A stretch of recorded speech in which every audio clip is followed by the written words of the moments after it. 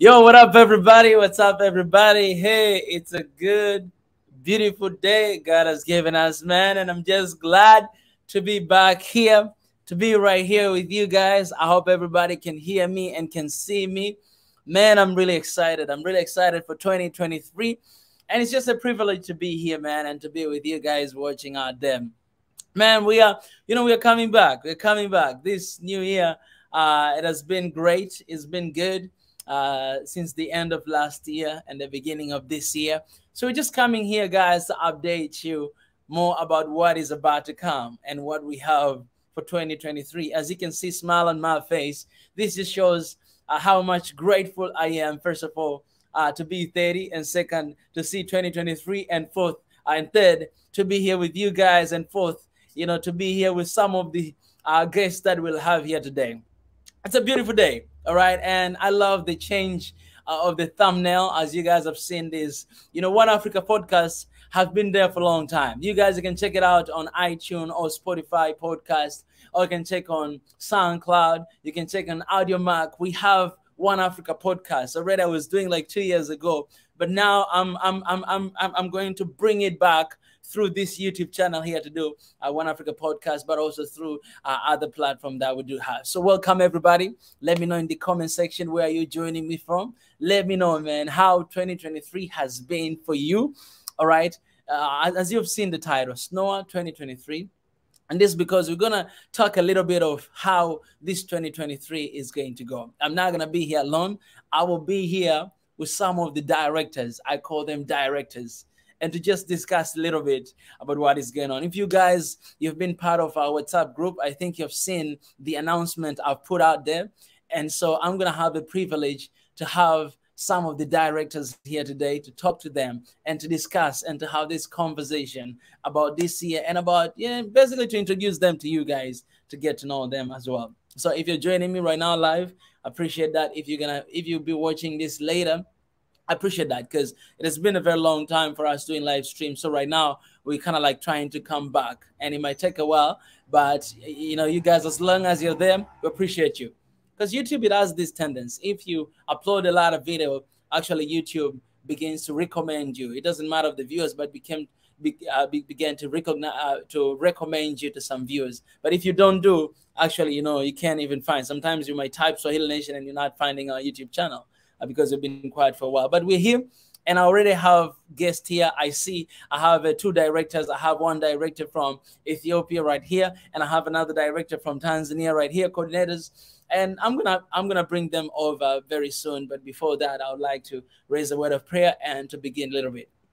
All right, God, I thank you for today. Thank you for this beautiful moment that you've given us, again, to have this talk, to have this connection with one another, and to build One Africa that we have been talking, we have been acting actually for the past 3 years.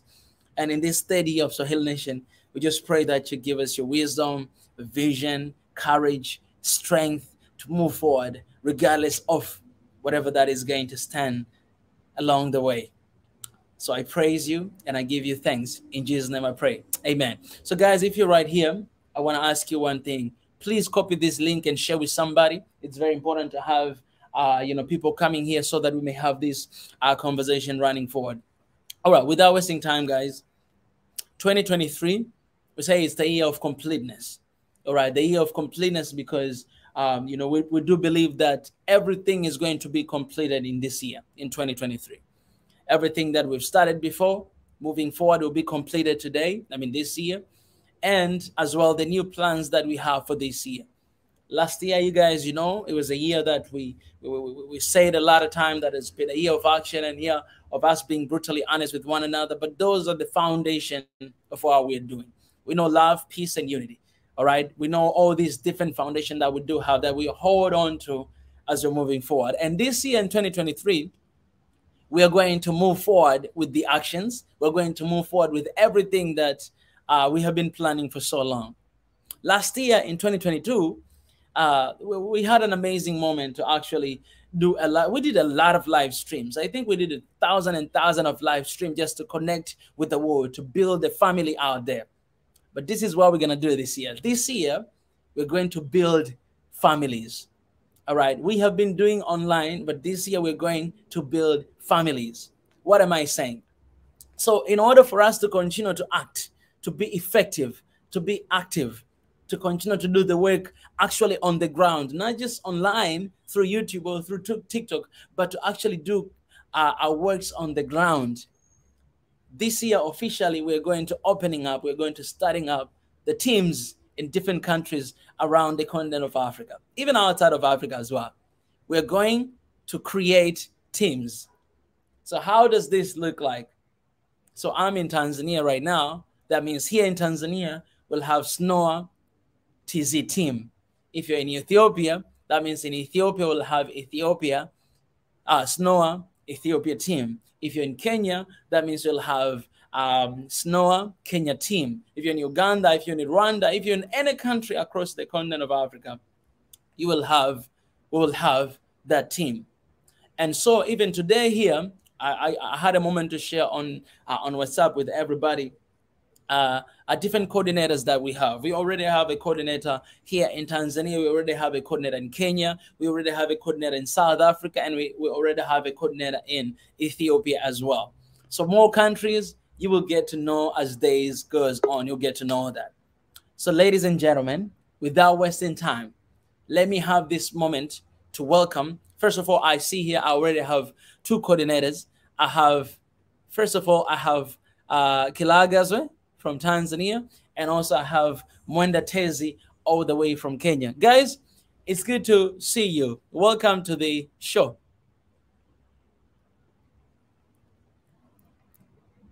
Can you guys hear me? Yeah, I can hear you. Welcome. Hello, Mika, and hello everybody in the audience. Yeah. Hey. Karibu. I'm Jambo kutoka Kenya. Oh yeah. This is good. Oh, I see. I see, Mr. Paul. You have this. Hello, my brother. What's up? Hey, what's up, Kilagas? It's good to see you. Looking good out there. How are you? Thank you so much. I'm happy to see you again. Same here, man. Same here. We are resuming. I'm good. Exactly. How are you, Mwenda Tezi? I'm doing good, Paul. I'm a little. I don't know. I'm doing very well here in Kenya. I was going to talk about the weather, but let me not bore people. Yeah, but but yeah, everything is good. You can actually talk about that. Yeah. How is the weather in Kenya? You can talk about that. Yeah. Oh, I don't know. The weather is funny here in Nairobi. It's a bit gloomy sometimes. You know, but it's I don't know. It's been. It's not. It has. It is undecided if it is one. Does it want to be sunny or does it want to be cloudy? You know, but all is well in our East African country here. Yeah, that's beautiful. That's beautiful. Good. Also, we have our brother all the way from Ethiopia, Mikias, just joining us here right now. Mikias, what's up, man? Welcome. How you doing, guys? How's everybody? Doing good, man. Doing good. It's good. It's good to hear that calm voice. How is your 2023, Mikias, going? It's going good. Give thanks. Yes. Everything's going well. Starting from the weather, like Montezi said, it's a little bit surprising in East Africa. It's not as the usual. It's a little bit cold and windy. It seems like the climate change is impacting over here. And Prime Minister Dr. Abiy's plantation of the green plants are actually working, as I see. Yeah. It's getting colder. Yeah. You know, it's a little bit different here in Tanzania where we are. Oh, how is the weather in Tanzania? Kilagaze, let us know. It's pretty much good. As you can see even yourself, now the rain has already started, so everything is good. We thank God. Yeah. But another thing here in Dar is too hot. The weather is too hot here. Yeah.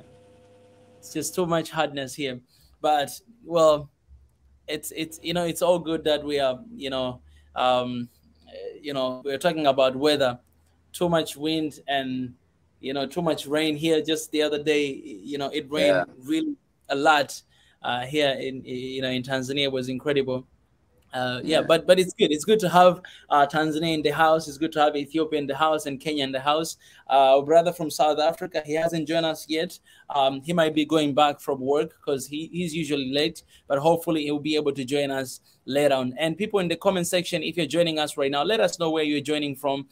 It will be amazing. It'll be incredible. So, ladies and gentlemen, okay. Before me running to that, let me ask, how is your 2023? How it is? We're approaching February right now, but how this year has been. I can start with our brother from Ethiopia, Mikes. Everything seems to be going well. We just passed the Christmas, the Epiphany, and so on. A lot of celebrations and a lot of weddings lately happening in our nation. A little fragile on the political side, but everything's going good. It's better than last year, so thank God. Yeah, it's getting better. A lot of things. Have you get a time to visit Lalibela? Not this year, but I went like a couple of years back. I went there for Christmas. If you know about the ancient history, King Lalibela was born on the same day as Jesus Christ. And they celebrate Jesus Christ's birthday and his birthday at the same time, and it's a huge ritual program. Yeah, it's amazing. Like everybody should visit it. Like at least once in a lifetime. I recommend. I had the chance about like 3 years back, and it was amazing. It was. I really wanted to know if you had a chance to visit after the peace agreements. I wanted to know because I know a lot of people have been going there. Even myself, I wish I could go there. Yeah, because that's one of the places that I haven't visited yet. Yeah, I was planning to be honest, but like the tour agencies, they had like a long package, like a minimum of like 7 days to 10 to 15 days. So I had a lot of work to be done, so I didn't go this year. It would have been nice, yeah. But I have a friend like from back then when I first went. I met this good friend of mine who gave me the tour guide and stuff like that. We keep in touch. He gave me a lot of informations. Like even after the war ended at their region, he was giving me informations about the things that they need, about the things that went down, even details. And it was good. It's nice to go past all those dark times. It gives a lot of light. The small light and a lot of darkness is very powerful. And we're at that time in Ethiopia, and it's nice. They said they celebrated well this year. A lot of people came. Yeah. That's incredible. Well, I appreciate. Thanks for sharing that. Let's go to our brother Mwendatezi in Kenya. How is it this new year for you personally, as Mwendatezi, but as well you can also share as a country because you guys you have a new president. Are things going on? Yeah. Is he leaving? It's up to been having. Yeah, it's a tough new year for us here in Kenya because we're dealing with the massive inflation and taxes. So it's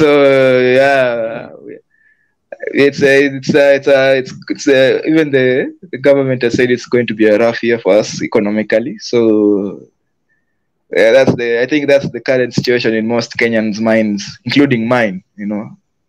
But yeah, we will. We are all hopeful and we are all optimistic. But yeah, I think that's what is bothering a lot of Kenyans right now. Probably maybe East Africans or the Greater Africa. These inflation rates,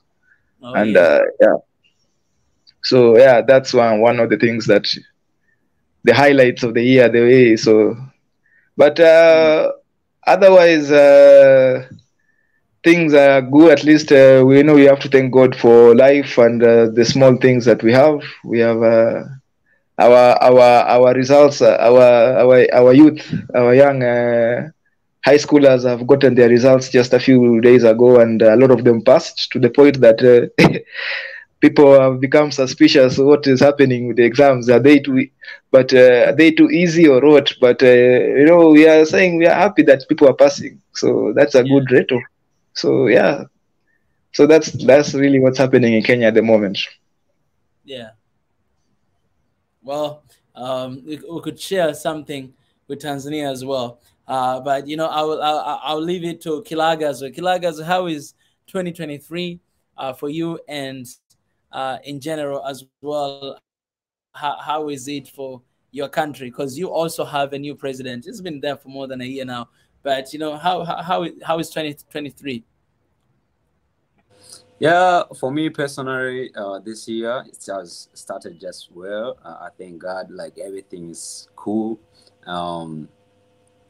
It's just like after the year changed, everything changed. 2022 it was the year of a lot of struggle, a lot of stress, pushing, moving here from there. But after 2023, so we can see some changes. For me personally, like the year started to go just well. Speaking on the country, the situation, it's like now I can say it's just a 50-50. As you know that we have been struggling with the lack of electricity for some of the regions here in Tanzania, especially in Dar es Salaam, Mwanza also, and others region. Also the same to water, it was a challenge for the country. So to another good side, as we heard that our president Samia Suluhu allowed the other politicians to have this political meeting. So now you can see these politicians from other politics part, they're having another. They can go and talk to their citizens, something which we are not there before, So that's the only thing that I can say that is good for now. Yeah. Actually, that was that. I think that was really great news to happen, because I've seen also the private. I mean the opposition parties, having their their crusades with the people. I think they started in Mwanza. I've seen that. And I'm really excited to just meet up with them again, because it's been a while. It's been like, I guess, 7 years they haven't had that. So it has been a good news to opposition party to have a moment to talk to their followers. Sure. Yes. And you can see Chadema yesterday they were at Talime. There were a lot of citizens, so you can see how even the citizens, they were happy to see other political to participate Paul, you're cutting. Politicians like that one. So it's good news for the country at whole and for the Africa. Yeah. Well, and for those guys who are watching as well, if you're coming from different countries, from countries we have here, Ethiopia, Kenya, and Tanzania, you can let us know in the comment section how is 2023 going on for you guys. All right. So, ladies and gentlemen, I'm so glad to announce that the people I have here, and one of our brother, he's not here, but most of you know him. I'll mention a little bit later. Maybe he'll come here. The people you see here, if you're in Kenya right now, if you're in Tanzania, or if you're in Ethiopia, the people,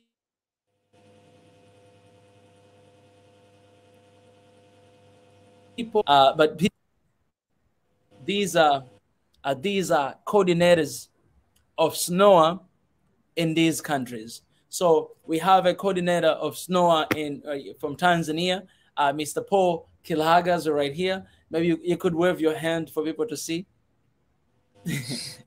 I'm right here, my brother. Yes, Paul Kilagazo, the coordinator of SNOA in Tanzania, and also we have the coordinator of SNOA in from Ethiopia, Mr. Mikias I want to leave. I want to remove here for you guys to see his name, Mr. Mikias Mesfini. I know you cannot see his face, but Mikias Mesfini, can you at least say anything to the people who? Okay, he is right there. That Mr. Mikias Mesfini, and I can say this. I'm in a dim light, that's why. Oh. No worries at all, man. Come on, I can see you're glowing right there. That's the African wearing right the there. Arsenal shirt. Get out of here, man. Are you Arsenal fan? Let's not change the subject. Oh man.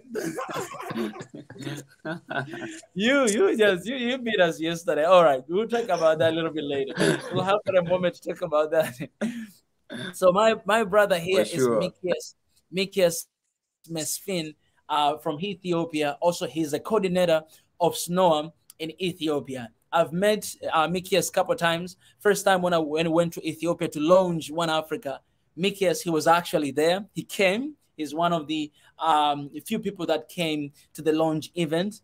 And if you guys you've got a chance to watch the launch video for One Africa, you will see Mr. Mikias there asking a lot of questions. He had a chance to ask a lot of questions and also to contribute his thoughts. That was the first time I saw him, but also second time I met him during the Pan-African Youth Summit for the second time when I went to Ethiopia. And, from there, we have been in touch and contacting one another. And, and right now he is going to be having this opportunity to have to be a coordinator in this 1 year span of SNOA Ethiopia. So we're very excited, and we have already created the WhatsApp groups for Tanzania as well for Ethiopia. So if you're from that region and you want to be part of that, do not hesitate to reach out to us and to Mikias as well, and we'll get you plugged in the in the group. Also, let me introduce my another brother right here, Mwenda Tezi. He is in Kenya, and also he is SNOA Kenya's coordinator. All right, Mwenda Tezi, he's right there. Mwenda Tezi, you can say anything for people to hear your yeah. Hello, Kari. Hello. Okay. Let me first of all say hello to my fellow Africans and diaspora, and habari kwa Wakenya wenzangu. Tuko hapa, so we will I hope to work with you, and we'll hope to achieve a lot together in our team, so that people, we show Kenya the way we want it to be shown. That's really that's really the point. So, and also promote One Africa, Swahili Nation within our East African country. So thank you, Mika. Appreciate, my brother. Appreciate. Let me say this first of all. Our vision in a long term is to have offices in all of African teams as well as in the diaspora. But before that, we are creating these teams in each country, because we also have a vision to visit different countries. For example, this year, there's 2 countries that we have in our mind that specifically will go, for our mission, just like last year went to Ethiopia. And apart from that, there's other countries that will go if we get invitation to go for anything that will be happening there. That's why we want to create these teams, because we want to be active. All right. We want to be the movement that is active. We want to be the organization that is active, not the organization that, we just talk and then we disappear. We talk and then we disappear. No, we want to be the organization that is active. We don't just want to be the organization, but we want to be active people. We want to actually bring the change that Africa needs. That's why we say last year that be the change that Africa needs. So we are creating this team in each country so that we may get together. We may be united with one another. Imagine if we have a team in Ethiopia. That means everyone that is in Ethiopia right now and is a part of Swahili Nation One Africa, you have an opportunity to actually have a club, to actually have a group of people with the same agenda, with the same goal, and that is to unite our people. The same thing in Kenya, the same thing in Tanzania, the same thing in South Africa, the same thing in other countries, Somalia, and other countries as well. And in this year, we want to be, as I say, we want to be active. So there's a lot of plans that will be coming up with. There's a lot of activities that we'll be doing in your countries. We'll be having activities in Kenya. We'll be having activities in Ethiopia, in Tanzania, and different countries through the coordinators that you see here and other coordinators that you will find later as days goes on. So these guys that you see here, they'll be coordinating all these activities, but also you guys will be having an opportunity to contribute. You'll be having an opportunity to come up with an ideas. These guys, they'll come with a skeleton, but also they will share with you guys. So you guys will be having an opportunity as well to bring up your own ideas that, oh, I think, you know, in this year in Ethiopia, I think we should do 1, 2, 3. As Swahili Nation, One Africa, as SNOA, let me just say SNOA, we should do A, B, C, D. You guys will sit down, you will decide what to do, and us will know, you know, as an organization in general, we'll know, and if there's any support we can support, we'll be there to support, and also even to participate. If you guys have an activity in Kenya or in Ethiopia, and I might be able to come actually to participate in your activity, I'll be able to come there. And other Swahili Nation family, those who will be having an opportunity to come and to visit, to participate, they'll be able to come as well from the diaspora, from anywhere. They know that, oh, in Tanzania, they're going to have this activity. I want to go and to be part of this. For example, in Tanzania, one of the things that I want to say we'll do, we're going to climb Mountain Kilimanjaro. So you guys from everywhere, all right, if you want to be part of that activity, you should come and be with us and go to climb there. So we'll have all these amazing and exciting activities, things that will actually bring awareness to the people about who we are and what we are doing, but also bring our people together, you know, through these activities. It's very important. It's very important for us to touch our people. It's very important for us to reach to our people. And that's why, you know, we are creating this. So for me, I think it's a really good news. And before that, I'll just love to give an opportunity to all these excellences that we have here, coordinate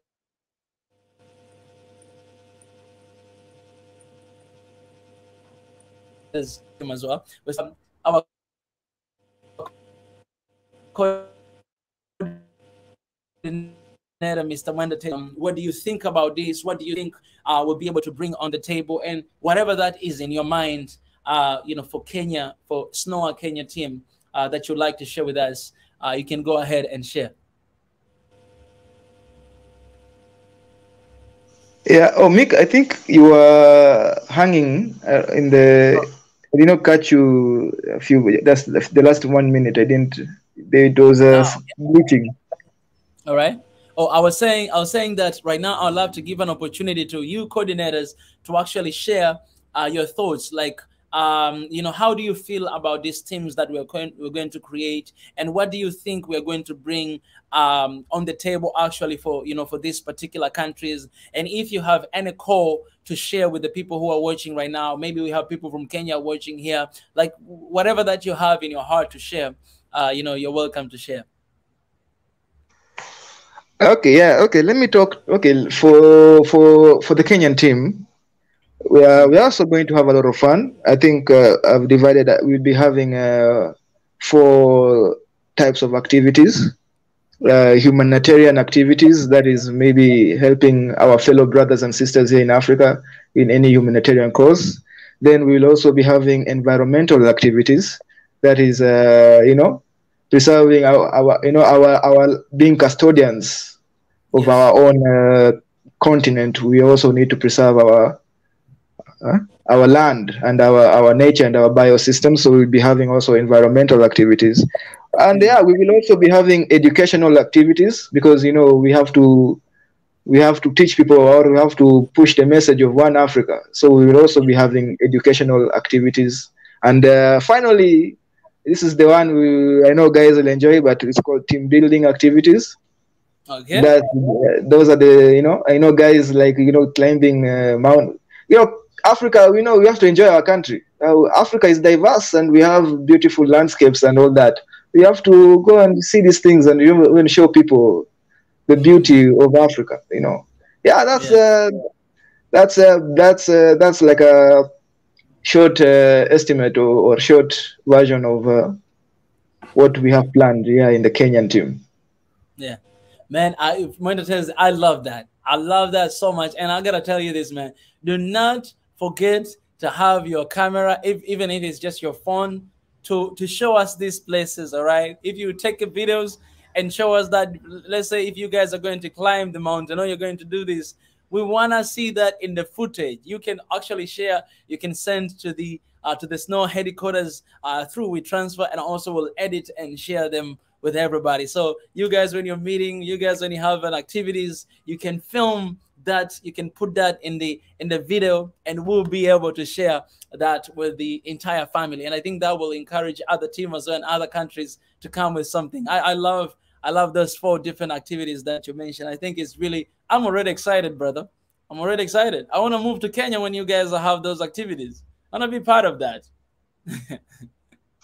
Yeah, thank you, Mika. Yeah, hopefully we'll have a very productive year. Yeah. Remember when I tell you to leave that one room for me. I already talked to your mama that I will come and I'll use one room. So remember to leave that one room for me. I'm not going to hotel. The room is available. I'm not going to hotel. We don't have money, Swahili Nation. All right? I'm not going to go to hotel. I'll come to your house and eat your mama's food and use your bed. You sleep on the floor. That would be all right. That's what we do in Africa. You know, when you have a guest in your house. Well, we welcome, Mika. You always have a place when you come here to Kenya. Although it might be in Mombasa, so I will come wherever you are, my brother. You know, Mombasa is cool too. Mombasa is cool. Okay. You guys in Mombasa, you actually speak really nice Swahili, really good Swahili. It's cool, man. I'll come there, and you have good beach. Yeah, the beach. Oh my God, the like I said, Africa, we have a very beautiful landscape that people don't really see, like even the beaches, the mountains, the hills, even when I talk about even the desert. Yeah. People think even desert can be beautiful if people go to some Middle East to look at the deserts and all that. You can even look at ours here, our small one here in Kenya. Yeah. Let me tell you this, Monetez. I want to promise you this, all right? The first activity you guys are going to start in Kenya, I will come to do with you. I'll be there with you. The first activities you start, I'll be there with you. I will ride even a bus from here to Kenya. We have buses here to Kenya. I'll come there to be with you guys. Monetez, that's a promise. So you better tell me. Now you are going to motivate people now. Yeah, that's you better tell me when you're gonna have that activity later. I mean, once you guys figure out, and then I'll be there to participate in that event. I'll be in Kenya. Yeah, Yeah, umesikia Wakenya wenzangu? If you want to meet Mika, let us hurry up with the, I need to be there, man. I need to be there. This Swahili Nation thing, man. I need to be there. The first one, I'll be there. Appreciate what it is. I'm really excited for this. All right, let me give a chance to my brother Mikias Mesfin, the coordinator from Ethiopia. My brother, to share with us as well whatever that you have in your mind. This is your chance. I love you, even though you're Arsenal fan. You're an African, so I love you. Go ahead, my brother, and share your plan. I just want to say sorry. It's all about the title. We can't do nothing about the win. I love you too. Yeah. The main thing that has been running through my mind is Mondatezi said is the humanitarian perspective. I want to look into a lot on that because everybody knows, a lot of things have happened through the war and stuff like that. So the main focus is on that from Ethiopian perspective, and to keep it entertaining, maybe some kind of educational at the same time entertaining activities has been on my mind. Those are the main things that I've been focused on. And as my Ethiopian community, anybody listening right now on the comment section, follow us, join our group, and ship in ideas. It's a free topic. Every idea is acceptable and is going to be evaluated by everyone. And we're going to keep it interesting, and we're going to contribute to One Africa Swahili Nation to do our utmost and promote what our country has, and at the same time help one another. That's my focus. Come on now. Appreciate that. I appreciate that, Mikias. Appreciate that so much. And I cannot wait for the first event in Ethiopia as well. I'm not gonna promise for that, but you know Ethiopia is my home. I'll just surprise you, right? So you let me know. You let us know, you know, the first activity, the first event you guys are having them, man.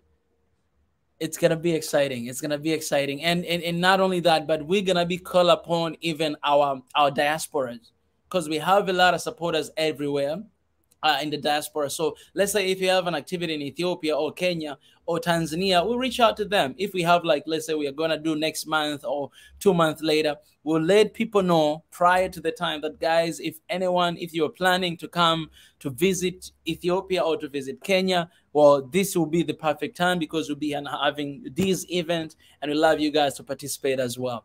So that will be amazing and will be incredible. And if these are events that of course, they cost money. For example, humanitarian events, you always need money to do that. We'll be able to participate as well. Even if it's happening in Kenya and we have people in Kenya, there might be people who will be willing to give, and also even other countries as well. You might be in another country and you want to participate in the event that we are doing in Ethiopia, then you can give. You might not be there physically, but you can be there, you know, financially, and to support whatever activities that we are going to start doing it as an organization. So appreciate Mikias for sharing that, and I hope everybody is listening well and you're ready.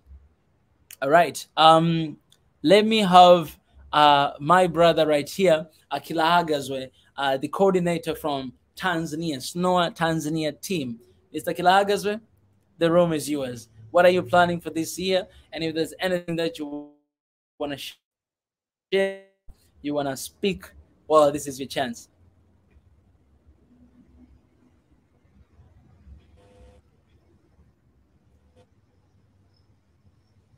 Paul, can you hear me? I think Paul is. Hello, Paul. Thank you so much, my brother. Thank you. For me, what I can say, Tanzania now. Can you hear me? Can you hear me, my brother? Can you hear me? You're a little bit delaying. Oh. So how about now? Can you hear me now? Yes, I can hear you. Okay. So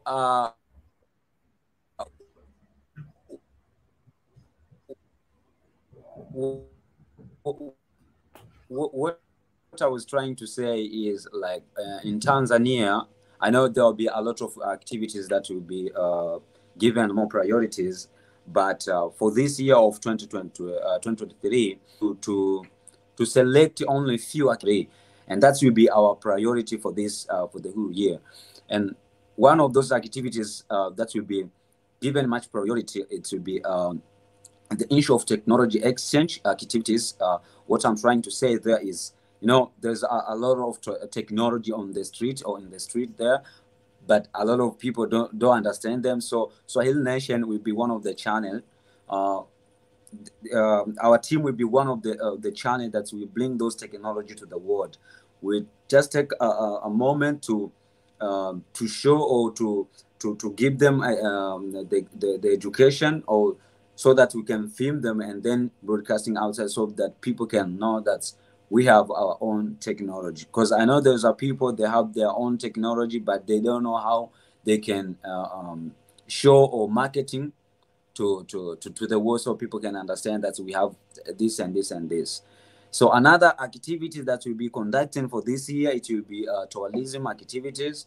So we just visit to national parks and other different parts, which will be organizing for us to go and do tourism activities. Another thing will be team building, as my brother says. Also here in Tanzania, also having that team building activities. I'll be having a lot of football, so that people can just engaging and interacting themselves. Another, the last thing will be educational activities. This will be one of priority again, so that people can have the loom to learn more much.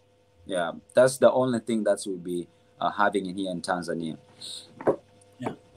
Yeah. Appreciate that, guys, for sharing. And let me just say this, I didn't tell these guys that they'll be sharing this today. I did not tell to Mondatezi or to Mikias or to Kilagas here. I didn't tell anyone. So all this has been spontaneously. I just asked this question right now, right here, and they already have the answers, even though I did not even prepare them. The way they answered, the way you guys answered, you might feel like maybe I asked you guys this like 1 week ago and you've been preparing about it. But no, I did not ask them. They did not know that I'm going to ask this.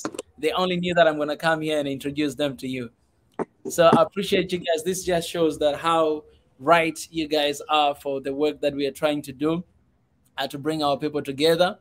And I'm really excited, man, because in the future, we can have even exchange programs, man. We can have Ethiopia, SNOA Ethiopia team, coming to Tanzania, to see some areas here, like to do like internal tourism. They can come here, they can visit to Zanzibar, they can visit maybe to other places of touristic place. And what we can do as an organization that is registered, we can actually even help to talk to foreign affairs, about the visa when these guys are coming from Ethiopia to come to Tanzania, so that they may have that, they may loosen up a little bit restriction to these people.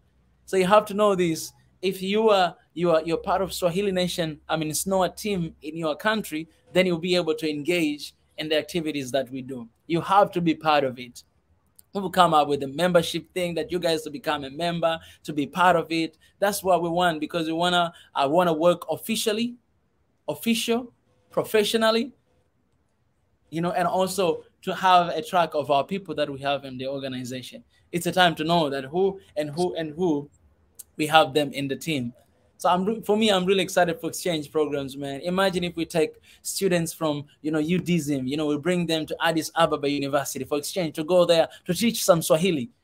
There's students in Addis Ababa University, they're studying Swahili there. We can take students here from UDSM, go to Addis Ababa University to just have a conversation with these guys who are learning Swahili.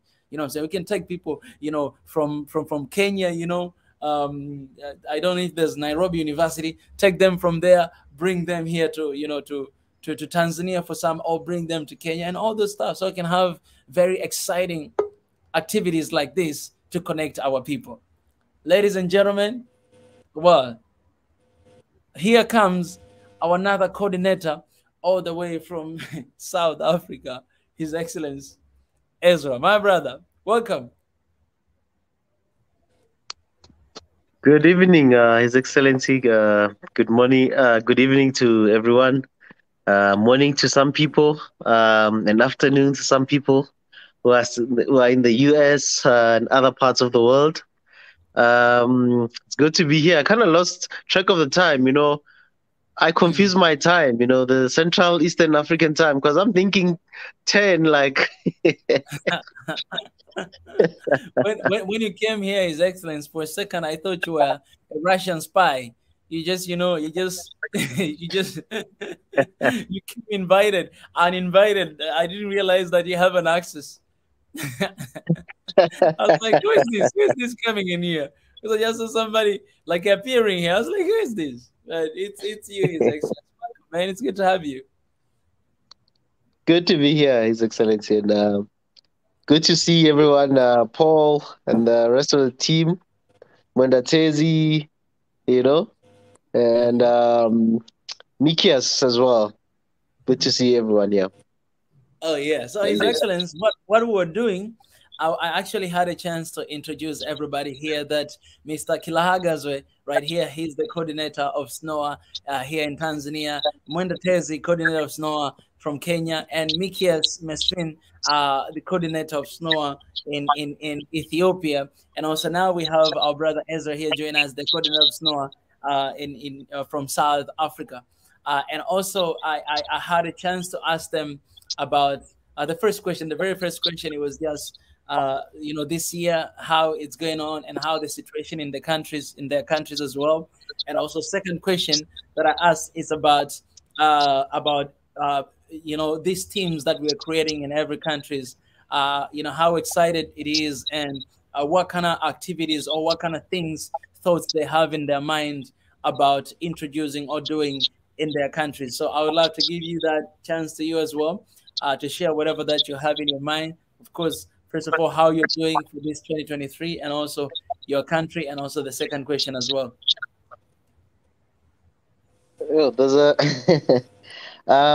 it's a big task, and I don't know where to start, but just a brief of what I've been thinking of is obviously the main thing is connecting all Africans across the continent and across the world, the diaspora, and obviously all over the world, but more specifically starting first here in the continent. And I think we've already started that journey. And I think the main thing is to from my side, it's more basically about the cultural exchange, our diversity as a people, to know one another more about our diversity, instead of to better understand one another as Africans, why other people behavioral, cultural behaviors, norms, things that influence people from different countries, to share that kind of knowledge. That's one of the main things that we'll be doing. And also trying to connect even people who are in I think every African country has people from different other African countries, and people who are from other in the diaspora who live in those countries, is also to connect them as well to join us in this movement. So basically that's that from just in brief. It's more about connecting more people, get to know more countries. And I'm sure there's more countries, His Excellency, that I'm sure they've been knocking at your door trying to join, and we can't wait to meet more people.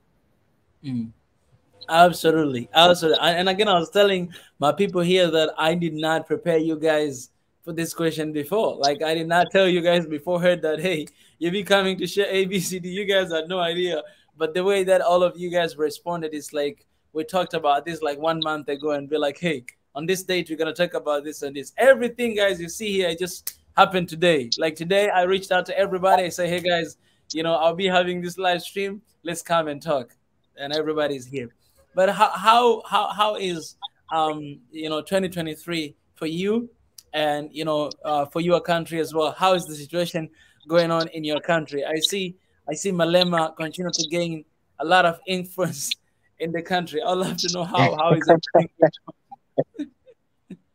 It's the one Africa.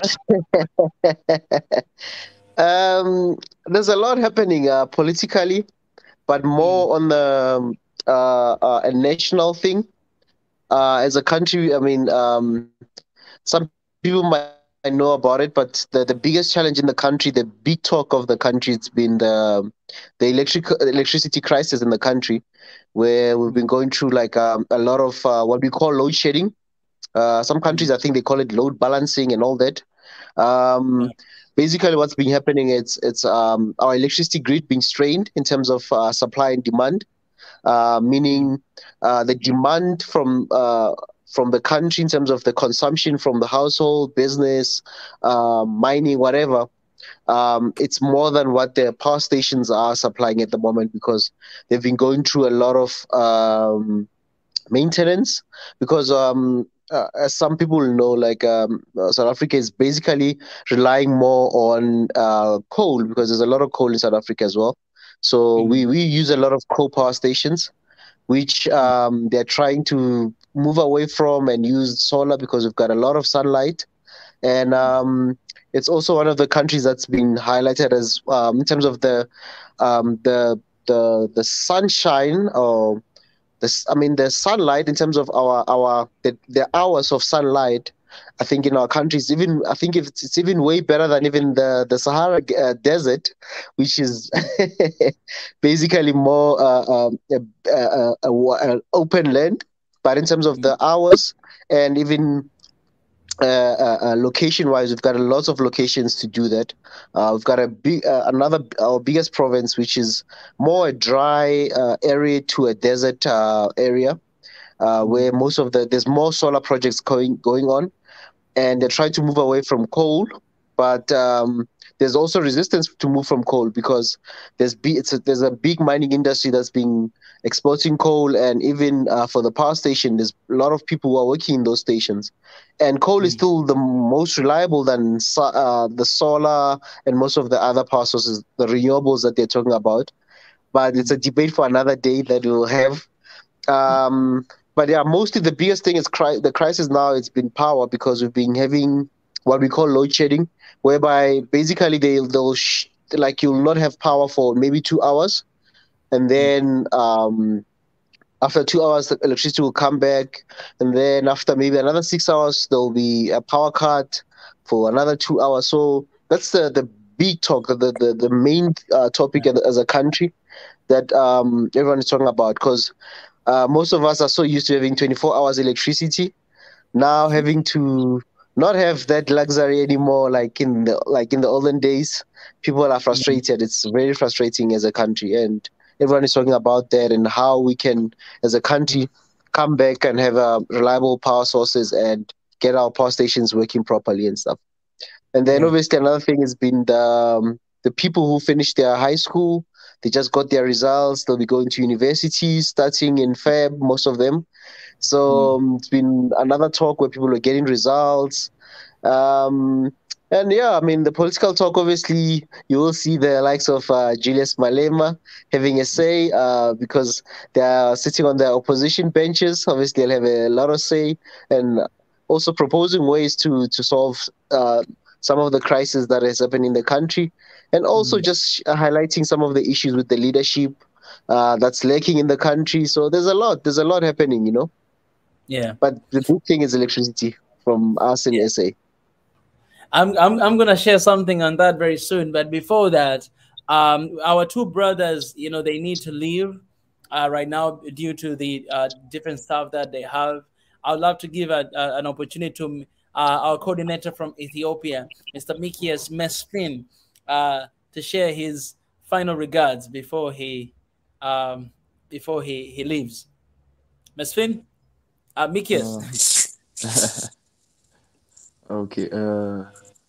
Nice talking to you guys. I just want to say that we should be all dedicated to see our visionary One Africa in all aspects and to regenerate what the identity we still have, but we have diminished in the image perspective. We all have the duty to bring that back. And I just want to say, let's all work together here on the panel, talking and discussing at the same time, listening from outside on the live chat at the same time, maybe after this video streamed. I just want to say everybody should be dedicated and is a part of the process, and everybody should believe that they have a big hand to play in their nation and their continent, in even the world. As we know, globalization is taking a big part, so we can play a big part in the global world, and everybody should believe that and work hard and stay dedicated. I love you all. See you guys soon. Big ups. Appreciate Mikias. Love you. And let me say this, that I'll be waiting for your show one day here on Swahili Nation. I think it'll be incredible for you to have your own show, as well in the coming days, coming month, whenever you're ready. But I really appreciate you for being part of this and for being a coordinator for Ethiopia team. God bless and good luck. Bye. See you guys. Have a good one. Appreciate. Also, we have our coordinator from Tanzania team, Mr. Kilahagazwe, Also, he has some schoolwork that he needs to go and to get it done. Would you mind to say bye to us, to the team, before you leave? Yeah, first of all, I want to say thank you so much for this. My call is to all Tanzanians, as we all know that Swahili Nation headquarters is here in Tanzania. So I want to invite them. I want them to come to join the team. It's time for us as Tanzanians to show the world what we can do for Africa. So Tanzanians, it's time for us. It's time for us. Let's join together. Let's do this thing together. Everything this will be good. So thank you so much, my bro. Appreciate Kilaga as well. Yeah. It's good to have you. It's good to have you as well in Tanzania team. Good luck with your exams and whatever that you do, right now. Thank you so much. All right. I'll let you guys go. Mikias Right, and Kilagas, feel free. Bye-bye. Bye. So, yeah, going back to what now we are remain with our brother from South Africa, Kenya, and here Tanzania in the house. Going back to what you were sharing,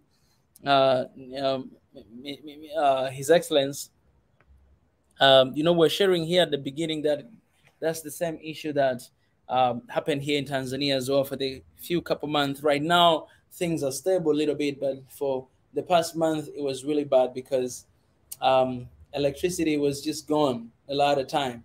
Not for 2 hours, but almost for the whole day. You know what I'm saying? For the whole day, it will be gone. And it was not just that, but it was water as well. But we thank God right now things have changed. So we have electricity and water is back. That's a good thing to have. Yeah. Well, it's good to see Tanzan in the house. Welcome back. I'm still waiting so much for your show, Tanzan. By the way, you can come and join this live stream, Tanzan. I know you're Kenyan, but you're outside, so you can come and join us, Tanzan. You have the link. You have the link in the. Oh no, you don't have the link, but you can come and join. If you're ready to join, just let me know, and I'll share the link with you. And also, it's good to see Kagoma. So Kagoma said this. His Excellency Kagoma said this. He said he is watching from refugee camps, and he said, "I'm a refugee from Rwanda." And then I asked him, "Where are you now?" Because I just wanted to know the location where he's at. And for security reason, he said he's not gonna say. But in my heart, I really felt like I would like to to go there, to visit you there, to have some moment, because in this year there's actually 2 countries that we want to go. The first country that we want to go to Congo, want to go to Mali as well, and other countries as well if God gives us that grace. But wherever you are right now, Kagoma, I mean, my contacts. Just hit me up and let me know. Let's exchange numbers. If you're using WhatsApp, let's exchange numbers for WhatsApp and let me know where you are at. All right, I would love to to connect anyhow there, even physically. I would love to connect there. So our contact. Let me show here in the page so that you guys can here. So these are info sn1africa.com, or you can okay, here let me change here to this one as well. You can change, you can send to Mika Chavala at sn1africa.com. All right, so you can hit me up here, these emails. All right. Yes, His Excellency. So it has been a struggle, here in Tanzania as well. And that's why I feel like maybe that's why we don't see really development sometimes, because man, how can you take out electricity for like 12 hours and then you expect it to develop? It doesn't really make sense. Yeah, I mean, it's crazy. Even though some business leaders are saying that it's an opportunity for companies to invest in the power industry as well, because a lot of companies have been investing in big generators, and in fact they already had most of them, because obviously any company they cannot afford to have a downtime. and also solar panels. I mean, in many buildings now, even at homes, my uncle just put in, just installed some solar panels and the inverters and those batteries and whatnot in his house. He doesn't know the the issue of not having electricity at his house, but so some businesses are saying it's an opportunity for most people to invest in the country, expand the infrastructure, and just relieve the government strain on the power side. But then there's also still red tapes, like some of the things that happen when you have when you allow people to now generate their own power, whether generator, whether solar panels, batteries, and all that stuff. There's still other laws that are not put in place, so it limits people from putting more money into their electricity supply. And some people can even go off grid. I mean, there's places where there's enough sunlight for the most part, so they don't really need to worry so much. And the solar panels now, I mean, they are getting all advanced. It doesn't have to be very hot for you to kind of recharge, even though on a cloudy day it might not recharge a lot, but you'll still get something instead of nothing at all. So it's a challenge. I mean, as a continent, I think it's also a topic that we should be having somewhere in the near future, where we can talk about what's one of the hindrances of Africa's development, as you just mentioned now, His Excellency. It's power, electricity. Many nations do not have enough electricity to, let alone just to power their own country. I mean, the whole country, the citizens. So what more now industries, because they consume a lot of power. They need a lot of power supply. So yeah, it's one of those things where we need to be investing so much. As you're going to the Congo, His Excellency, it's one of those places where it holds it has a lot of water supplies. And I don't know if you've heard about the Inga projects there in Congo. It's been a big talk where they've been trying to do the build more hydro schemes where it can power a lot of countries. I mean, we can rely on Congo because they've got enough rain, and they've got the big rivers. The deepest river in the world is the Congo River, since we talk about DRC. So it holds a lot of potential to power the whole continent. We can rely on it. We can put all our money, 54, 55 countries.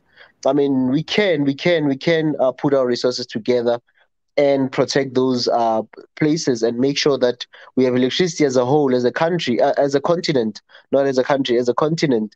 We can rely on it. I mean, just like what Ethiopia did. I mean, with their Grand Renaissance Dam, the hydro scheme there. I mean, imagine now Congo can even power more than what Ethiopia can produce, because they've got a lot of water there. So things like that. I mean, so many potentials, but nothing is really moving at the pace that we as Africans need. But I think it's up to us as a generation to do something for the next generation.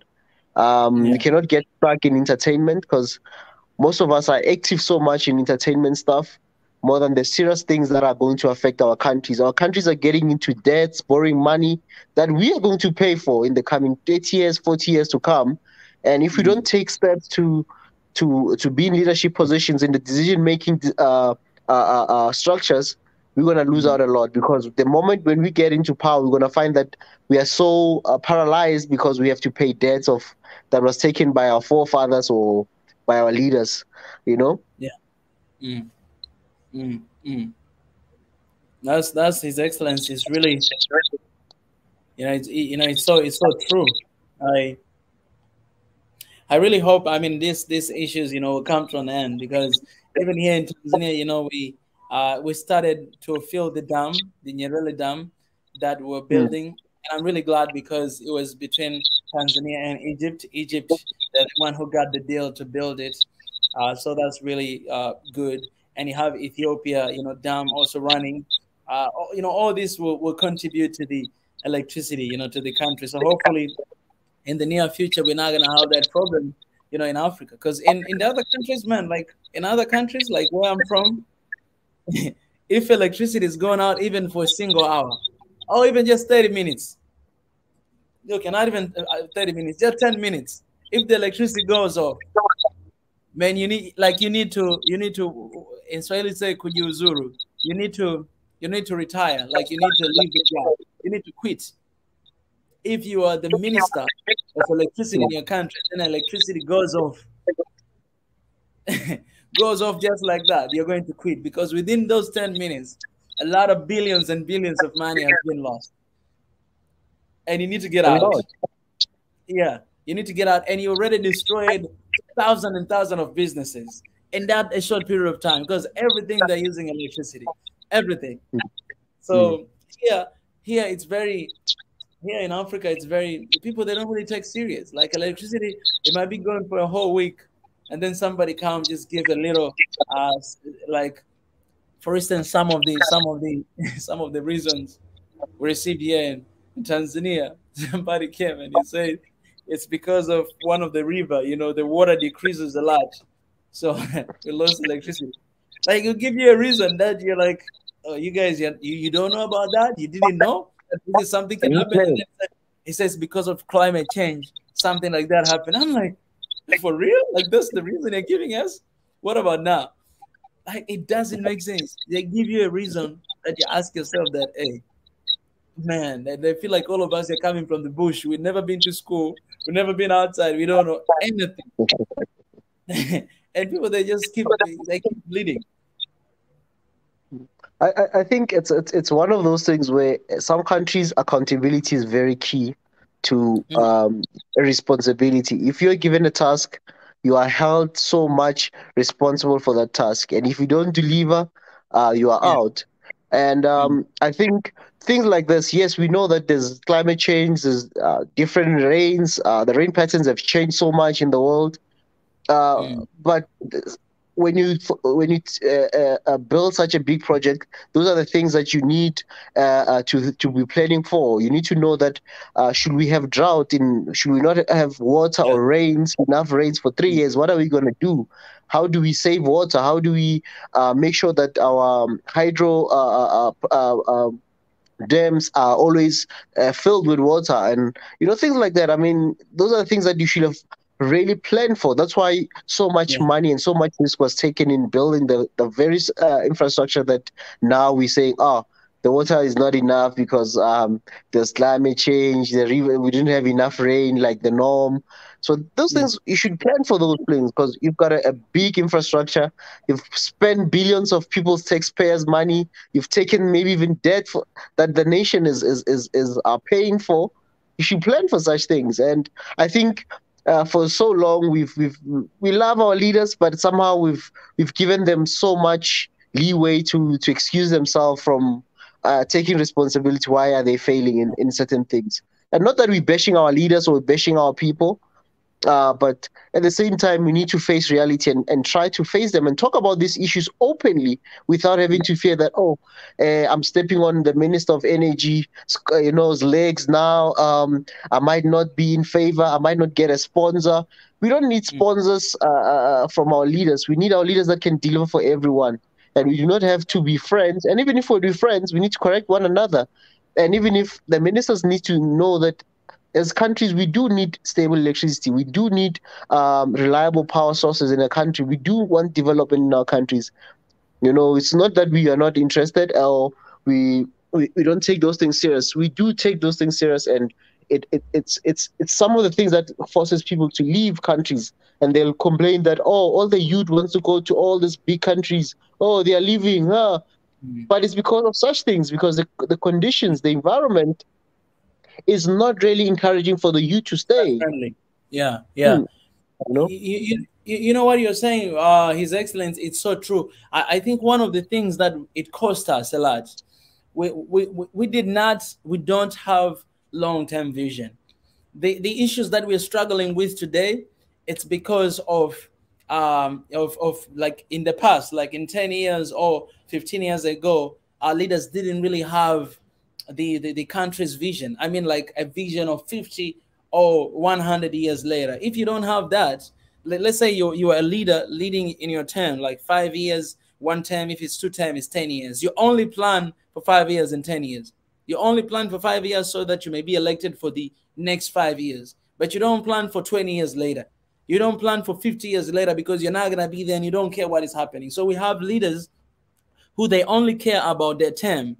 They do not care the big picture of the country. Because if you care about the country, you ain't just going to care about the 5 years that you're leading right now, but you're going to be thinking about what am I doing today for my kids later in the future. Because you have kids, your kids will be living in 20, 50 years later. What are they going to find?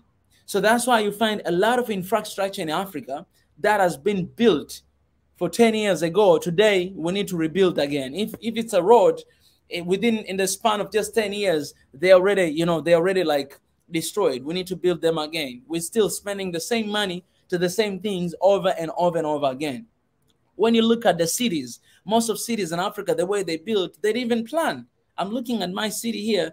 I don't even know if they planned in the past, because you see like a lot of like house here is there. Some part of the street, you cannot even go by a car. Usually when you build a house, you need actually to leave a space for another road, for the road to cross by. But you don't have that today because we didn't plan. How are we going to build our city 50 years ago or 30 years ago? Today, you need to start, you start putting like some sign that you need to break down this house because here is where the road crosses. You need to break down this industry because here is where the road crosses. You didn't have those plans, back in the years ago. And today, people, they need to take down their building because the road crosses there. You didn't plan that back in the past. You look at the road sometimes, like, to be honest, for me, I'll be honest, I'm looking at the road. Even the traffic jam that we have, that problem here in Africa, is because of how we built our roads. Usually, you see like there's two roads going this direction and two roads coming this direction. And then at the middle, there's usually a space. But that space, my brother, if you come here, that space, it's actually big that two cars can go this direction and two cars, they can come this direction. So today you have a lot of traffic jam because of the way that they build these roads. You're like, why do you have only 4 different ways while you can have 8 different ways here? Because of this place in the middle. I'm looking at them like, if I'm a leader, I'll just break this down and then I'll create another road here to reduce the traffic jam. So like you see how the city were planned. You see the roads, you see the houses, you see a lot of things that were like was done like 30 years ago. Today we are undoing them again. So you're actually just wasting money. You don't really move forward, but you're just repairing what you built in the past instead of building new things today. So because of that, that's the same thing that we are struggling with today. Like you have like that, like you build infrastructure of electricity, but you don't think about 100 years later, then maybe we'll have climatic change and you're not going to be able to, to have rain. How are you going to do when you don't have that? Then it's important for us right now to start shifting, like you say, shifting from the water dependence electricity, we're shifting to the solar. Because, when the climate change, that means, we're going to be lacking rain in the future, but, there'll be too much sunny because we're cutting down trees and we have all this air pollution and all this stuff. So it'll be too much sunny. So this could be the way to produce electricity that we can start investing on today before it comes. So I think the long-term vision is something that we lack, and that is costing. And, we are where we are today because of that.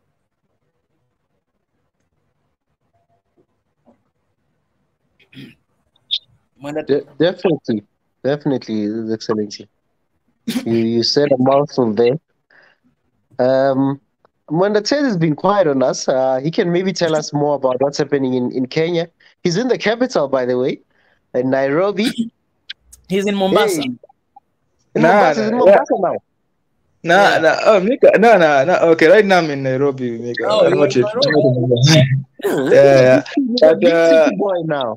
You're in Mombasa. Now, the what you've spoke about, Mika, it's something that I've seen for many years, even here in Kenya. In Nairobi, it's still dependent on the systems that the Mzungu built when you built Nairobi 60 years ago. Those are the same systems that now nothing new. Even the railways that are used today as transport of people within Nairobi, these were built by the white man. So the white man was even he planned the Nairobi for how many? Like you said, he planned for Nairobi for decades, and here we are. We have created our own problems here, and we are not even. Our leaders can't even plan. So it shows that how it shows the level of. I don't want to be harsh, but maybe incompetence of leadership in Africa, to the point that, or is it that you cannot plan? You can't plan for problems that are beyond beyond yourself. You can't think beyond yourself. You have to, you want to think just long, short term, what will benefit you today. If it's past your years president or past your years in power, it does not benefit you, so you don't plan. But I feel like I am optimistic. I'm very optimistic because as Africa matures, we are starting to see even old leaders who retired are suffering because they lacked planning. Especially you can see during the COVID era, where former presidents were dying, and when they had time to build a hospital, they did build a hospital. Now COVID has got them. So, I think there is a learning curve, although it is a harsh curve, but I see there is a small learning curve that maybe our African leaders are having, so that they can start see that it is also in their benefit to plan for their country, even when they are not in power, so that they will also benefit from those facilities that they will put up, or those systems that they will put up. Yeah, so that is what's making me a little bit optimistic.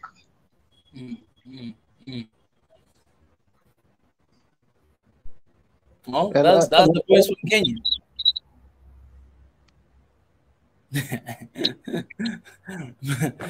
Marichi, you saw Marichi's comment. She's asking, what cave are you in, Mika? Because of this this background. I'm somewhere in the middle of the jungle. I'm on a mission. But I still have internet in the jungle, inside the cave. Now you know that Africans were rich, man. I'm in the cave and I have all this electricity and internet. Cool. Yes, His Excellency. What do you want to add? I always love how you bring out this amazing. You have a way of sharing this amazing view, and we are grateful to have Tanzan as well. Just join us right here. Tanzan, Happy New Year! It's good to have you. Happy New Year, Mika, Ezra, Mondatezi, SNN. Hi, everybody. I miss that voice. I miss that voice. By the way, Tanzan, did you do a show recently? No, the last one I did was about a month ago. Yeah, it has been a while, but I'm hoping to get back this Saturday. So welcome back. It's exciting week because when the test is coming on Sunday, you're coming on Saturday. Cool. I don't know if His Excellency is coming on Friday. All right. Okay. Now the pen is on now.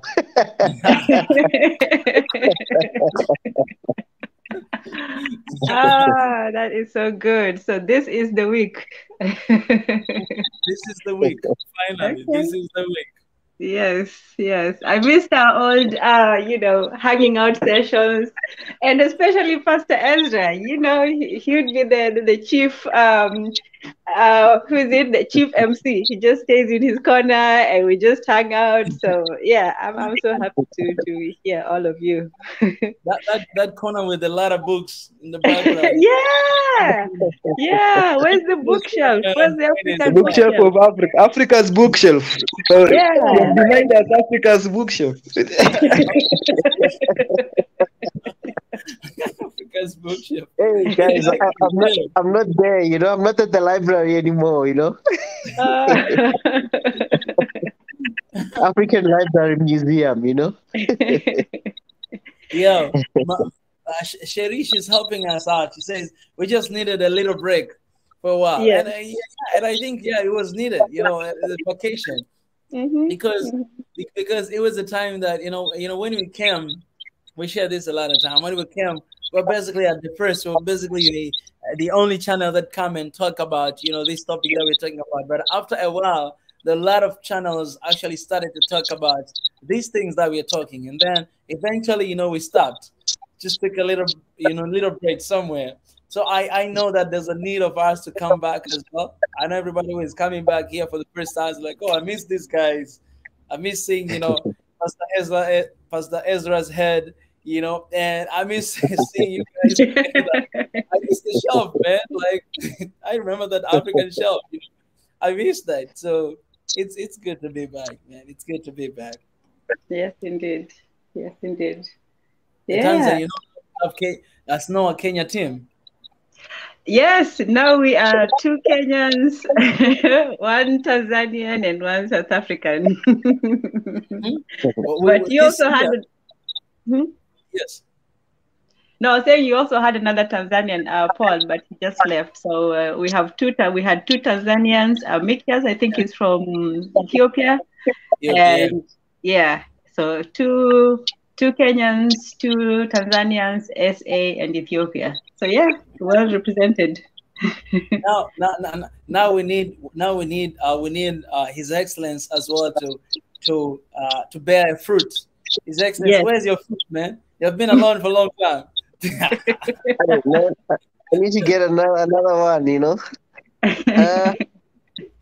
I'll think of something. I need. I use the biblical language, man. Like, where's your food? People might have not understood.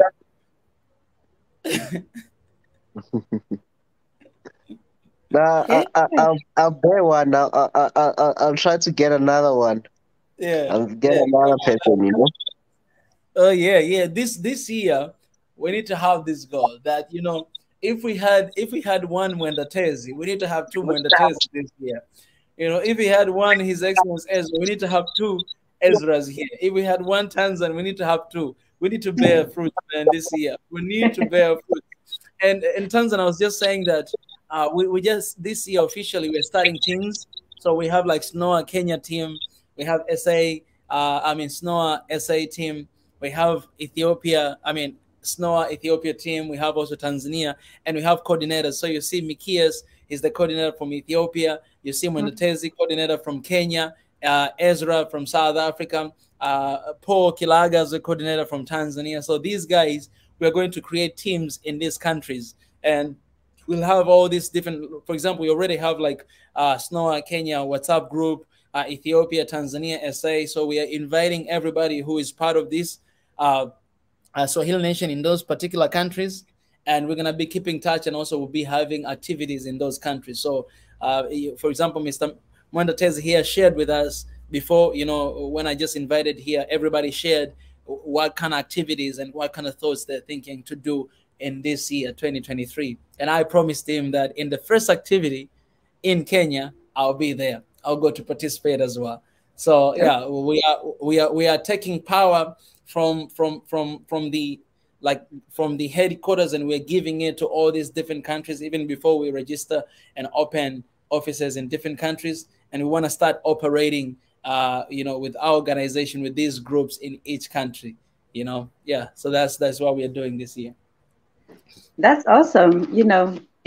And like you said, we should be multiplying the results. There should be 2, 3 in 10 years. There should be like a whole team, a worldwide team of SN around the different countries. So whichever country, if you hear you're going to this country, there's already a team of people there, you know, to welcome you, to show you around, or just to greet you and then take you out to eat, you know. So I'm definitely for it. I'm still looking forward to you guys climbing the mountain. I don't know when that will be. That will be one of the activities from SNOA Tanzania team in this year. Yeah. So,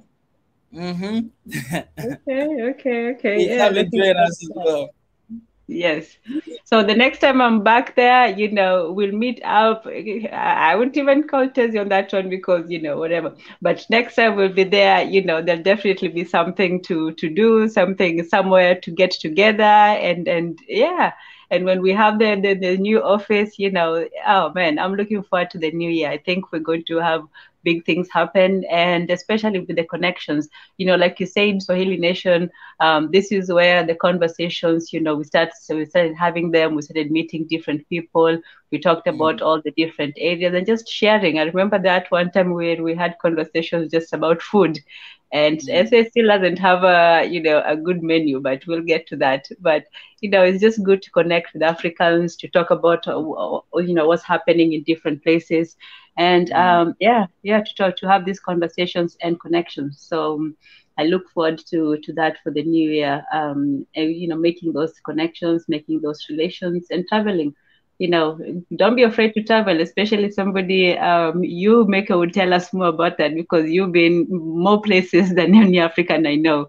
So at least when you go to these places, you encourage other people to reach out beyond just your comfortable, you know, area, to go speak to people, and even to speak to people you'd never speak to. You know, sometimes we don't all have the opportunities to go to all these different places, but at least with you going there, we can, you know, connect with some of our brothers and sisters from all parts of the continent. Sorry. So yeah, much appreciated.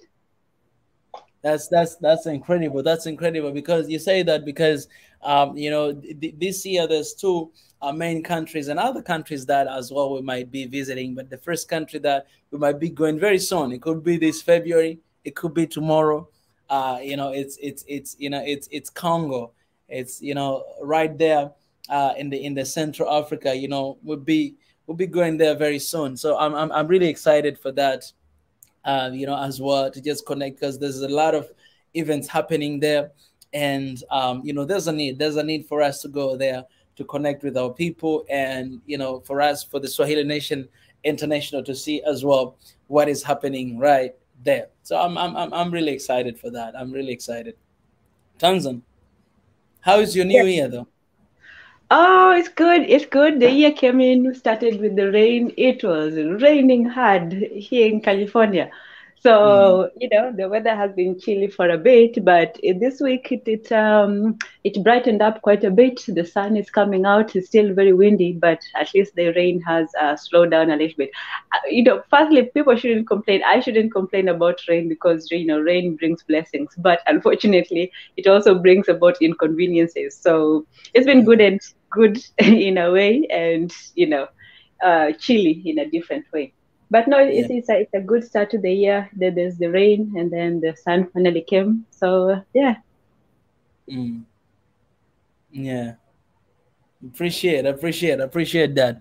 So do you have anything maybe to add to the conversation that we're having here? Me, His Excellency, and Mr. Tezi here.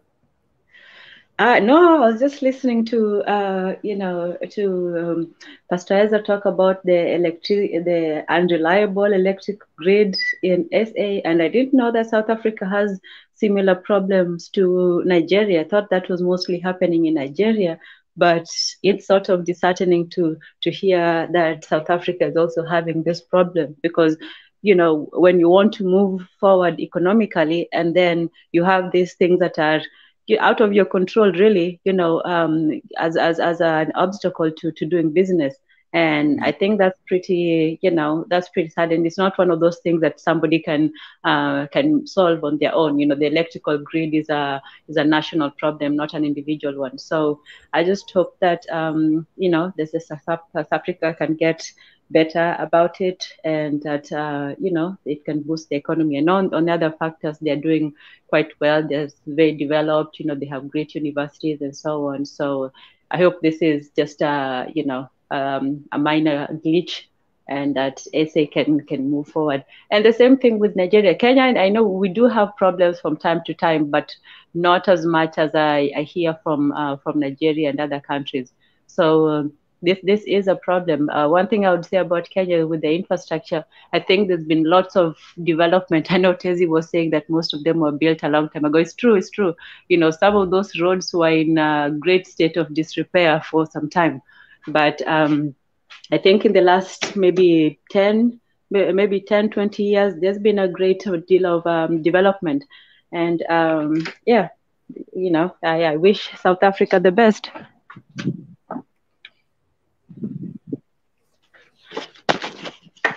Yeah, that's what I would say. I would say that there's some things that we have to get better in terms of just the big picture problems. Infrastructure, electricity, technology, those aspects. That's better leadership. Maybe the people at the top should get down to the ground and see what's actually happening. What areas need to be improved, and then work with the people on the local levels. So, yeah, that's what I would say about that. Okay, let me ask you this, Mr. His Excellence. His Excellence, if today you were a president of South Africa, Mr. Ezra, if you were a president today, by the way, you kind of look like Zuma, in your head, so you go. I think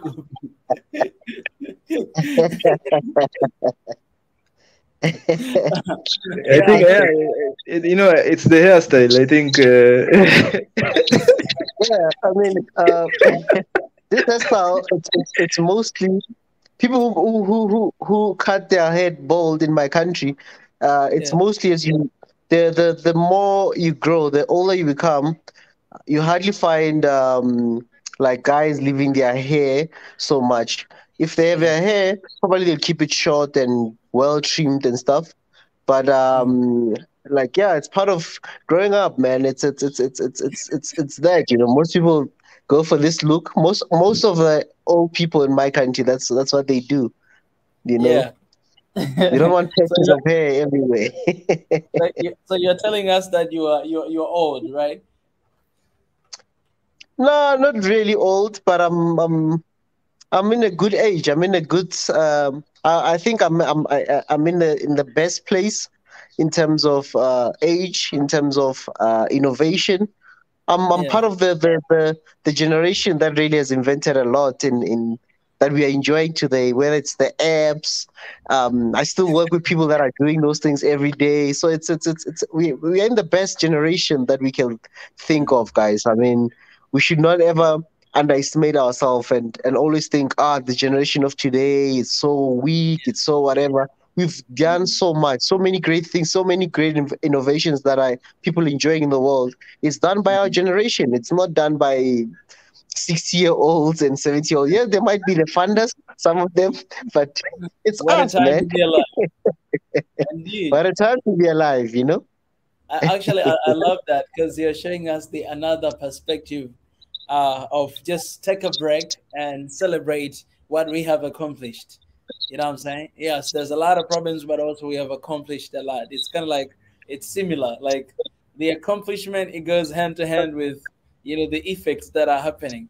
So to get back to my question, because you mostly, you look more a president than I am because of my hair.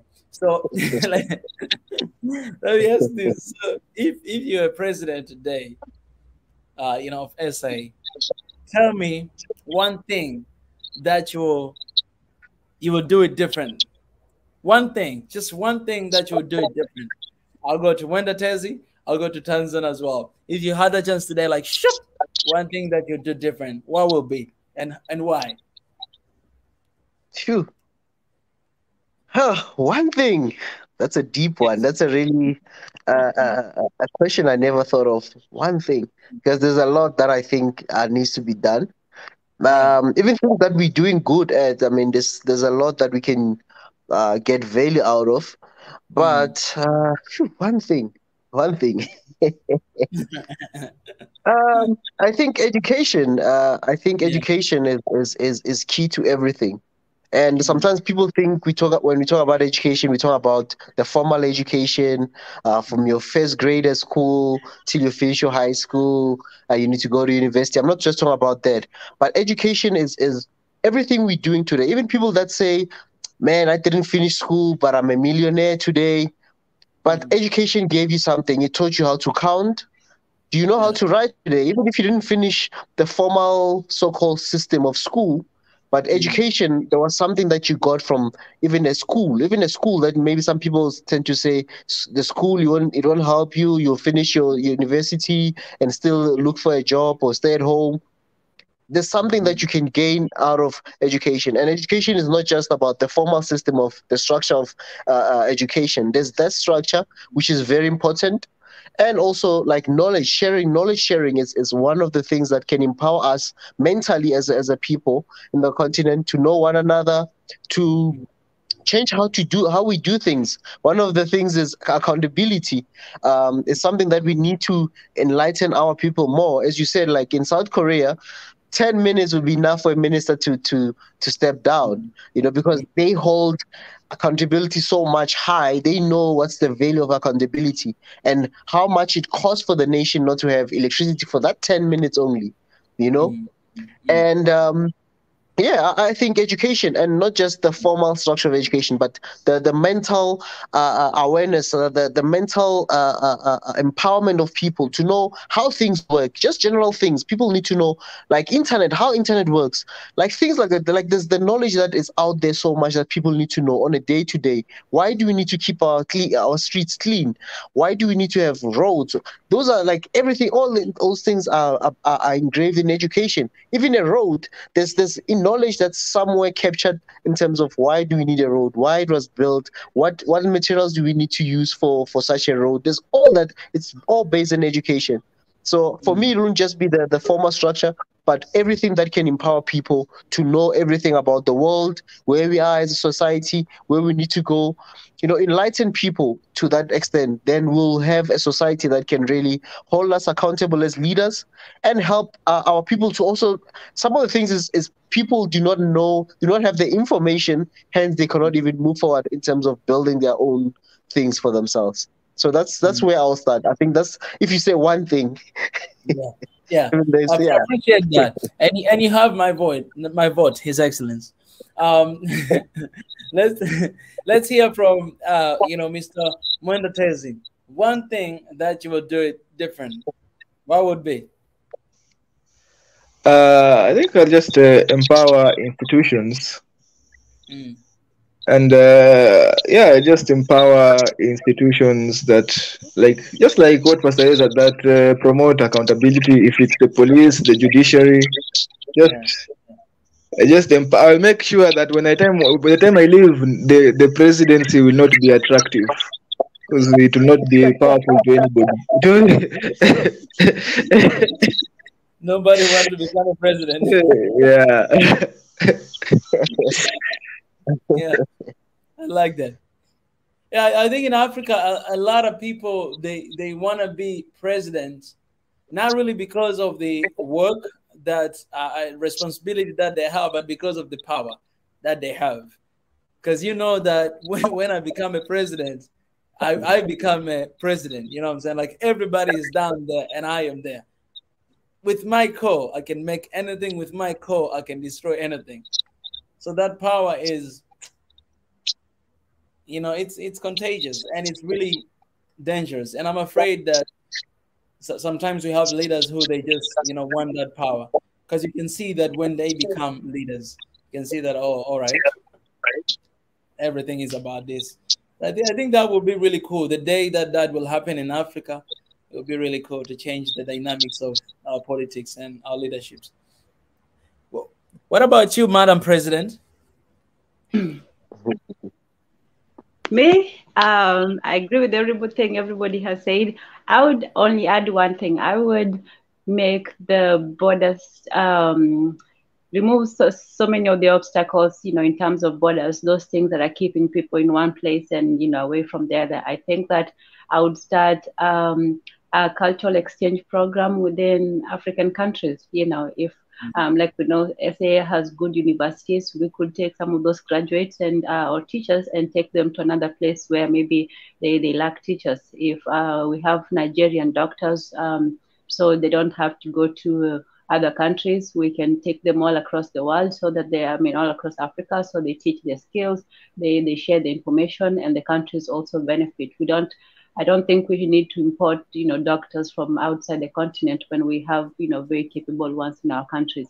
And I think that there should also be a student exchange program where students from one university go to another university, for example, or they do an exchange program, even in high school, so that we can learn more about each other's cultures. We can travel. We can give our people opportunities to become more African. When you're an African and you only know your local area, yeah, you're still African, but you're limiting yourself to all these other experiences. So I think that if I was the leader, I would encourage more of the population to to seek opportunities within the continent, to see what they can do within the continent, so they don't always have to look abroad or outside for that. So yeah. Wow. Wow. Nah, you guys, all of you guys, they have my vote. You touch very important points. Tanzan, listen up the restriction on the borders, and allow that, free movement of people from this country to another country. I think that's what we are fighting, for one Africa. That would be amazing. Just like the restriction that we don't have between Kenya, Tanzania, and South Africa. You don't have it. Like now, Mr. His Excellency can come to Kenya and Tanzania, and you don't need visa to visit these two countries. Same thing to. That's beautiful. Yeah, same thing to Kenya. But I think Tanzania it's been a bed for long with Tanzania because of the SADC membership. I know that you guys are also in the Eastern, but you've always been also a SADC member. So being a SADC member, it's I just need my passport and whatever document that's needed there, and I just come but with my passport as well, and I'm good to go. With Kenya, I know they just signed recently, but it's been an ongoing thing. It's been something that's been happening for maybe 2-3 years, trying to get that sorted out with the visa issue. I've also been following on that story as well. So yeah, it is gonna be interesting, and I think we can learn more, and it only can benefit both countries. Wow, SADC member, we have a lot. We have like Angola, Botswana, Comoros, DRC, Eswatini, Lesotho, Madagascar, Malawi, Mauritius, Mozambique, Namibia, Seychelles, South Africa, United Republic of Tanzania, Zambia, and Zimbabwe. But even though I know, like in Angola, we need a visa to go to Angola. I know with South Africa, it's very personal because also of the relationship that we had for so long, between our, President Nyerere and Mandela. So that was one of the, I think, the reason as well why our relationship has been, really nice. But then recently, somebody has told me, I don't know if you have seen this news, say like one Tanzanian, man was killed like recently, like in a couple of days in SA. And I've been trying to find out that news, but I didn't find a lot of information about it. Someone informed me on WhatsApp about it, but I didn't get any details about it, and that's why I didn't, post or say anything. But I don't know if you heard about that. Sure, I haven't seen that story. And in terms of what's been happening there, I'm not sure. I'm not sure about that story. I don't know anything about that story. His Excellency, but I'll also have to check. But I don't know. Like, what was the details about it?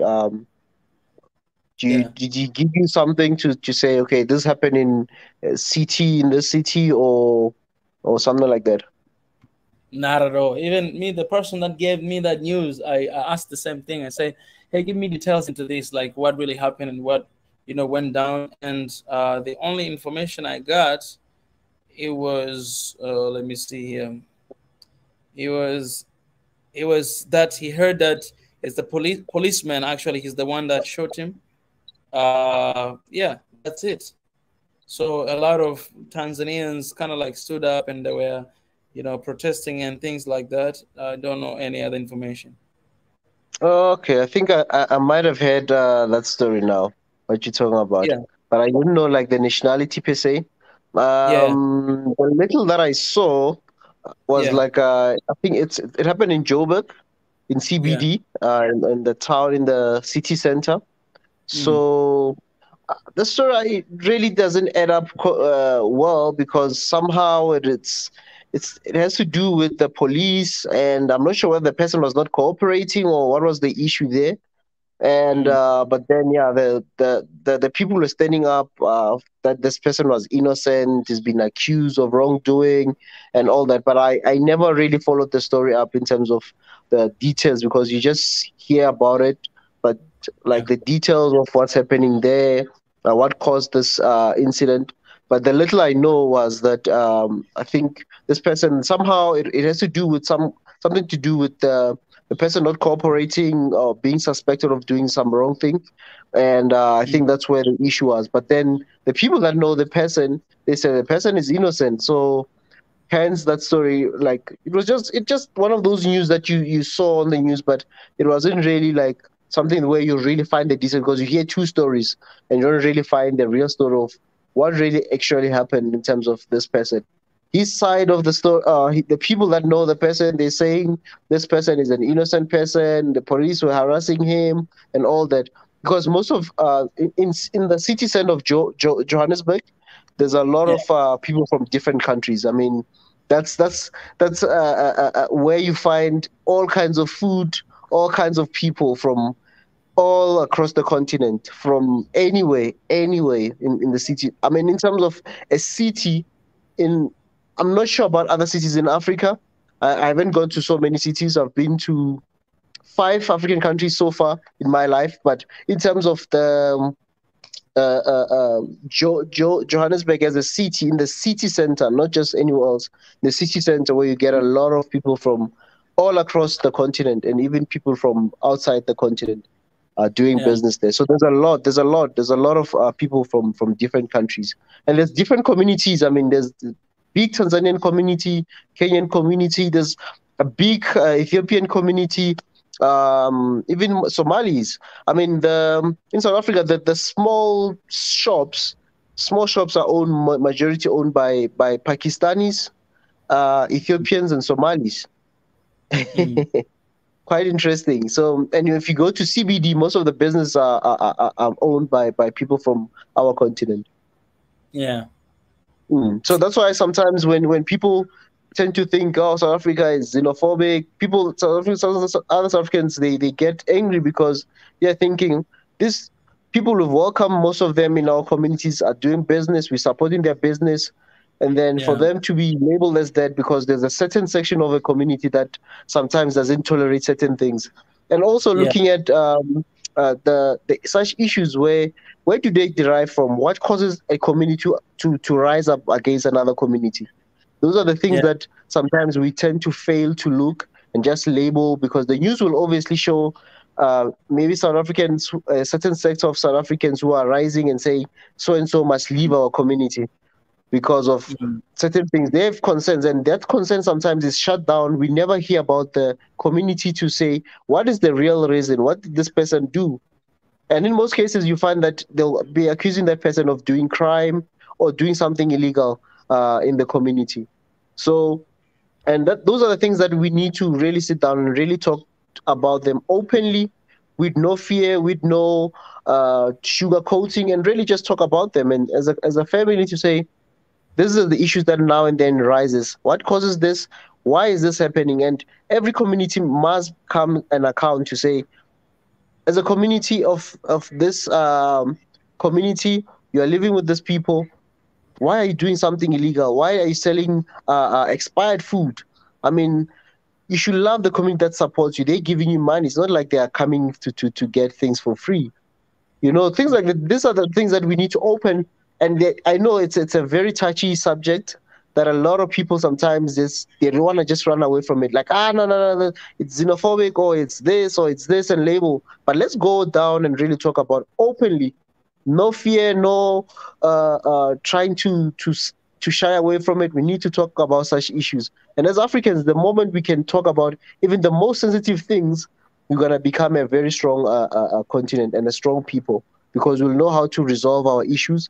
We won't be having such things as rebel groups. We won't be having all these instabilities where people get funded by other people, because we can really open about issues like, openly, without having to fear about it, and not to sugarcoat it or to just label it and just leave it as is. So we need to go deep into the root causes of such things and find out, I think it's quite unfortunate in terms of what happened, and I hope we can get more clarity in terms of what really happened, and and it's quite easy sometimes also to protect the community. Like, let's say if you live in a community, you might not do something in your hometown. Most people know you as the great Mika, but when you're in another place, you can be behaving in a different way. South Africa. We have someone here. Yeah. His Excellency, did I hear some? Is it my network or what?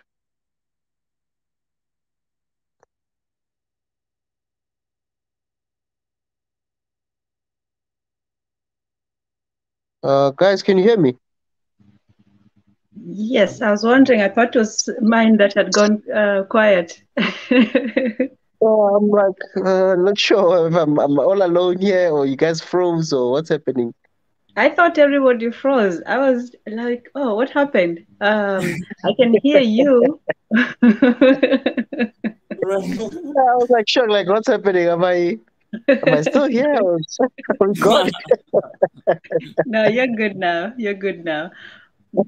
But Mika is maybe freezing a little bit. Let me see. I don't know if it's him or you, but go ahead. Let's see if it works. Yeah, I think it's His Excellency. Yeah, I think it's His Excellency because I'm seeing him, but it's yeah, I think you're right. Can you see us, His Excellency? I can hear you guys. You can hear us. Oh, okay. Okay. Because your frame is like, so like I'm also not sure. I can hear you. I can hear you. Okay, cool. Yeah, it's His Excellence. What you said actually is very. It's really, really interesting. One thing that I would say, of course we, in Africa, nobody should be killed for any reason, especially for Africans inside the continent. But it's true, there are countries in Africa that it's almost impossible to own a business when you're an African because of the policies of how much you need in your account or how much you need to pay just to own your business if you're not from that particular country. So it's really like looking what you say, like in South Africa, it's interesting, and I understand how much a lot of people are really disturbed by that labeling that is there, because everybody, we have this tendency of generalizing like everything. That when you just mention South Africa, those xenophobia people, they don't like other Africans, this and this and that. But in reality, on the ground, when you go, you find something different. There might be few people who are acting that way, but then there's a huge majority of people who actually don't believe and don't even want to be part of that. I remember the speech of Julius Malema. Julius Malema gave a speech when these things were happening about Africa.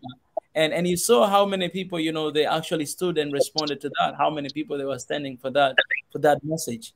I love Julius because he has our president's name, Julius Nyerere. So I think Julius, they're good leaders. Julius, anyone Julius is good. So you guys, I don't want to say anything. Okay, so but if let me just say this just for one time, if I was in South Africa and if I was South African, like I'm voting today, you all know who I'll vote for. Anyways, let's get back to let's get back to this. So it's we are rebuking this behavior for anyone who is doing that or is hoping to do that in whatever parts of Africa, because that's something that is happening in a lot of places, in Africa. We rebuke that we are one people and we should embrace with one another, and we should try to do everything, to protect one another instead of, killing one another. That's very important. And also we should avoid to generalize, issues, because that's what will bring division in Africa. Today, I start seeing my brother here and think about, oh, you're just like this. Man, I went to some countries that you can't own. You can't see an African owning anything. I met with one owner in a certain country, and she was just telling me how much she's struggling and suffering just by owning a business in that country. And it's just owning a business, and she's African. And you can see how much they're struggling in another country. So, I think there's a what Tanzan mentioned, if she were a president, that she'll open up the borders. That means she would open up the borders for business as well. As long as you pay your tax, as long as you pay your fees, you can open your business and run your business. That would be really cool. Like to have, you come to Tanzania, you see all these, the Somalia, South Africa, Kenya, you see Ethiopia, you see all these like different countries, restaurants are there.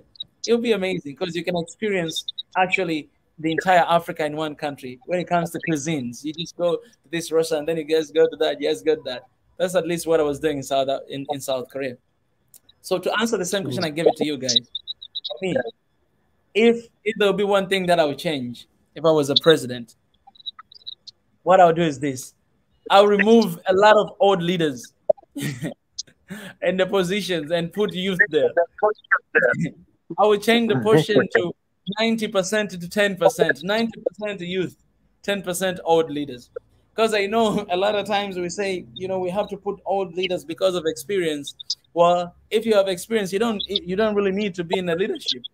You can actually just be somewhere. Maybe you can be a deputy and share that experience with the main leader. Like all these leaders, people who actually make decisions, I'll change to youth. 90% of the leadership I'll give to youth.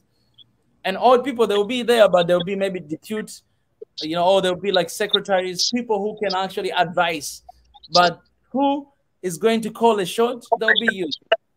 Because those are guys that are making decisions long time. They're thinking, they're concerned about the future of their countries. We're concerned. That's why we're doing what we're doing here. You see, all of us here are youth. Most of us. I don't want to disregard other good people that are out there. That's what I will do because, man, I see youth leaders, what they do. I see. Forget about those people who they just, no, but I see youth leaders, what they do even here in my country. And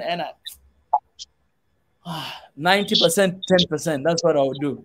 I'll just shuffle things up and bring, even if you came from, I don't know, I don't care. You came from university, but I know that you have that integrity and you have that understanding of what you do have. These people, they're hungry for change. And they will do tremendous things and you'll be surprised. And they don't have any experience, but you'll be surprised what they will do. Because first of all, they listen. Second of all, they are ready to do anything for their community. They're ready.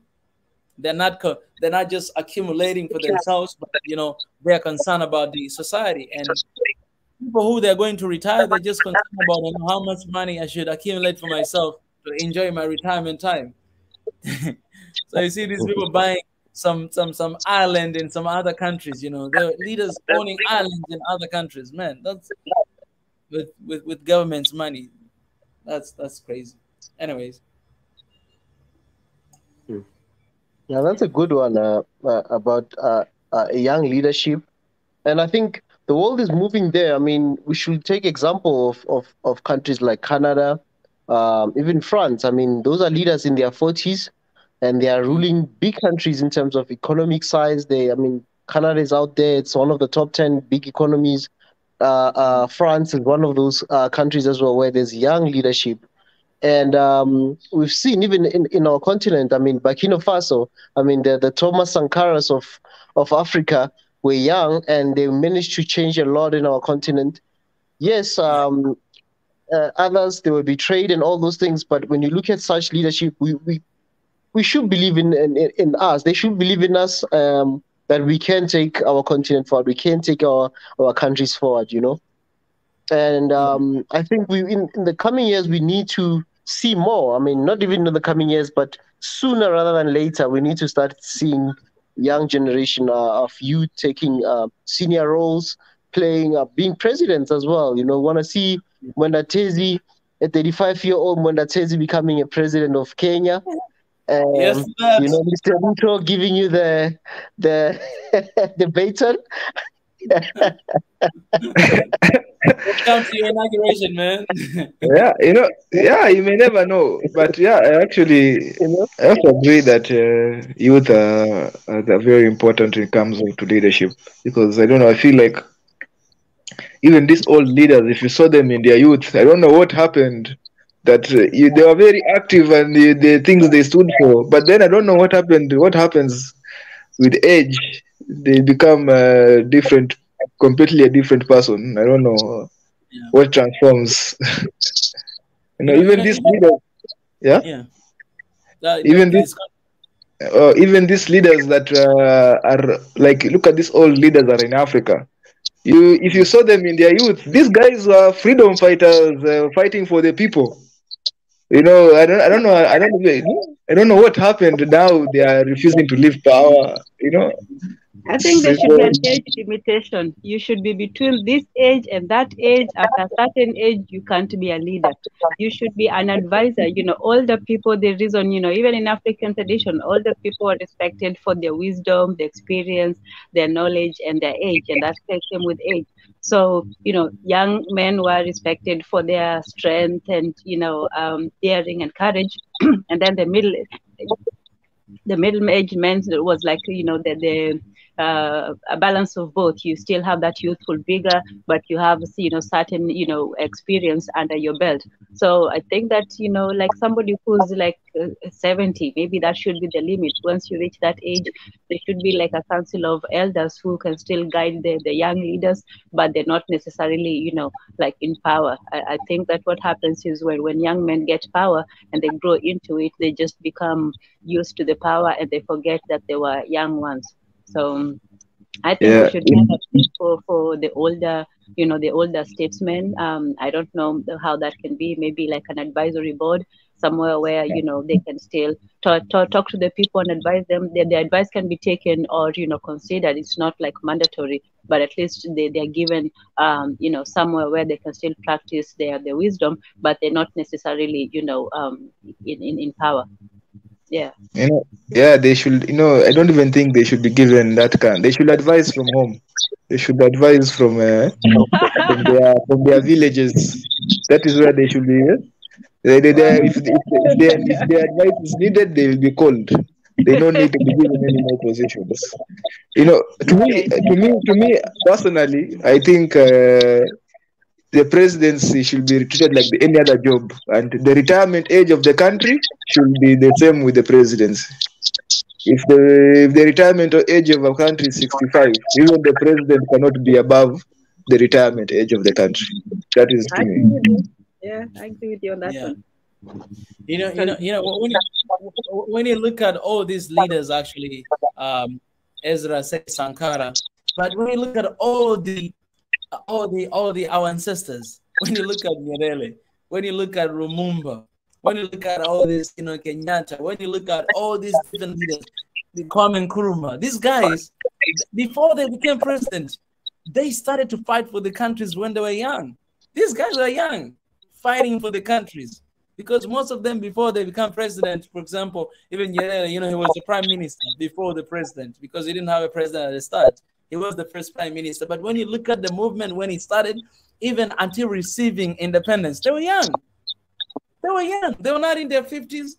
Some of them, they're not even in their 40s. They were fighting for, you know, for the countries. They started when they were young, just youth like us.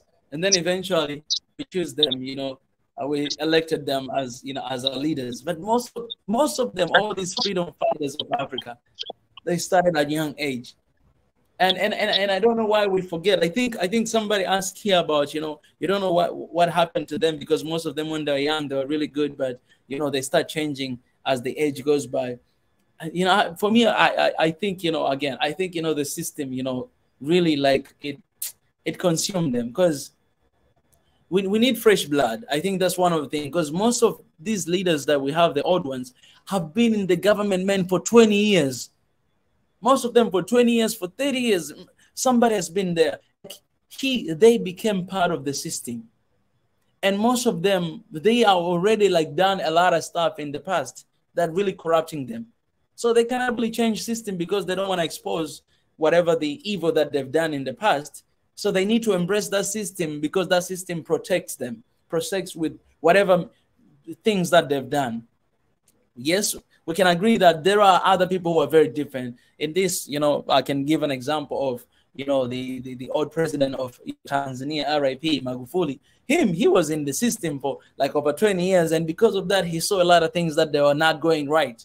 And so when he became a president, he used the power and the authority that he had to actually expose all the evilness that was going on.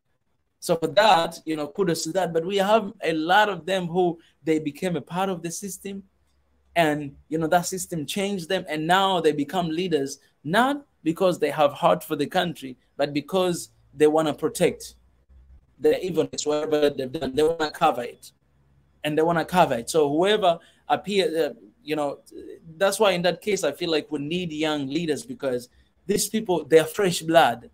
They haven't been part of the system for, you know, for a while. They haven't done maybe anything, you know, illegal that they need to protect themselves, but they have been out of the leadership, for all of their lives. They've seen what is happening in the street, in their countries, in their places. They've seen what is happening.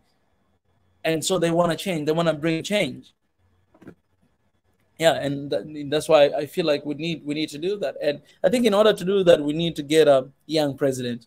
Once you get a young president, we'll choose other leaders young. Yeah. You know. I have actually. There's I don't know. I feel like maybe that's happening already, because I see it even in. Let me give the example of Kenya. I think Kenya, so far, I see a new generation of leaders coming up. I don't know. Even the governor of Nairobi is in his 30s. You know, he's in his early 30s. Yeah, I think the governor of Nairobi is in his 30s. There are other young governors, actually, even members of parliament. We have members of parliament in Kenya who are in their 20s. So we are seeing some sort of slow change in new leadership coming up. So yeah, I feel like and I don't even think this is just a Kenya thing. I think even in Africa, all over although I feel sorry for my Ugandan brothers there. I don't know what's happening. The Museveni is not, he's not looking like he's going away, and he's saying that his son is going to take over. So, it's crazy. So, yeah, that's a bad. That's actually that's really bad, man. What happened? I thought it was me. Hello? Can you hear me? Oh yeah, I can hear you now. Mm-hmm. I was saying that you can see even in Uganda the thing about power, the issue about when the president is too powerful that even he feels the country is his own. It is his own compound. He feels the country is his compound, and that is something we need to deal with in Africa. As that's why I'm a big promoter of democracy. So yeah, another case of old leaders who come from a different age, and it's not a bad. I don't. Sometimes we can criticize these old leaders, but it's the age they came from. I think during the 60s and 70s, the first presidents of Africa were permanent presidents. Most of them, probably majority, used to be permanent presidents. They're the first. I don't rarely did you see a president in Africa during the after independence, during the 60s and 70s that they left power in peace.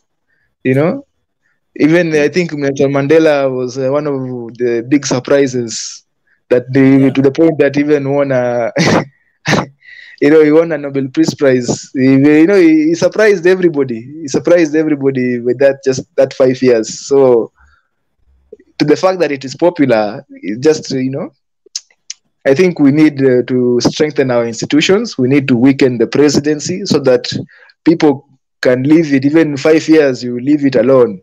It's not something that life or death. you can't vision yourself without the presidency. You don't, because it's just too powerful, you know.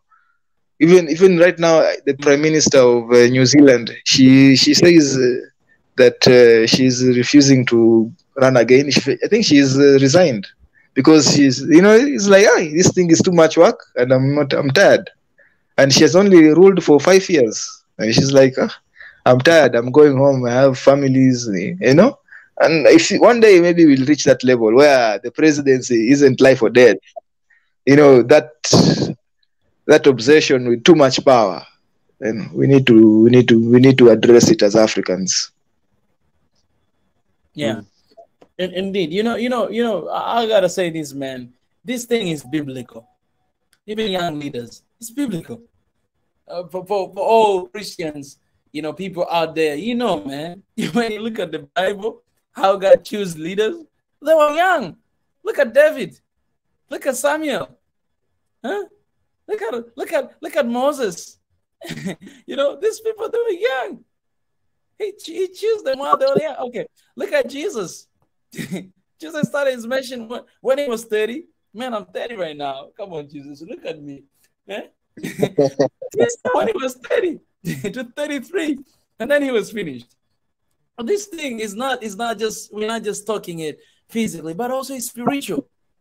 Yeah, but you know, Mika, you should also be wary of youth, because sometimes, you know, the young leaders also can ruin a country. You know, there is also a negative to youth that can be disadvantages to a country. You know, you can go to war because the youth, a young leader is too proud. You know, you know that an old leader.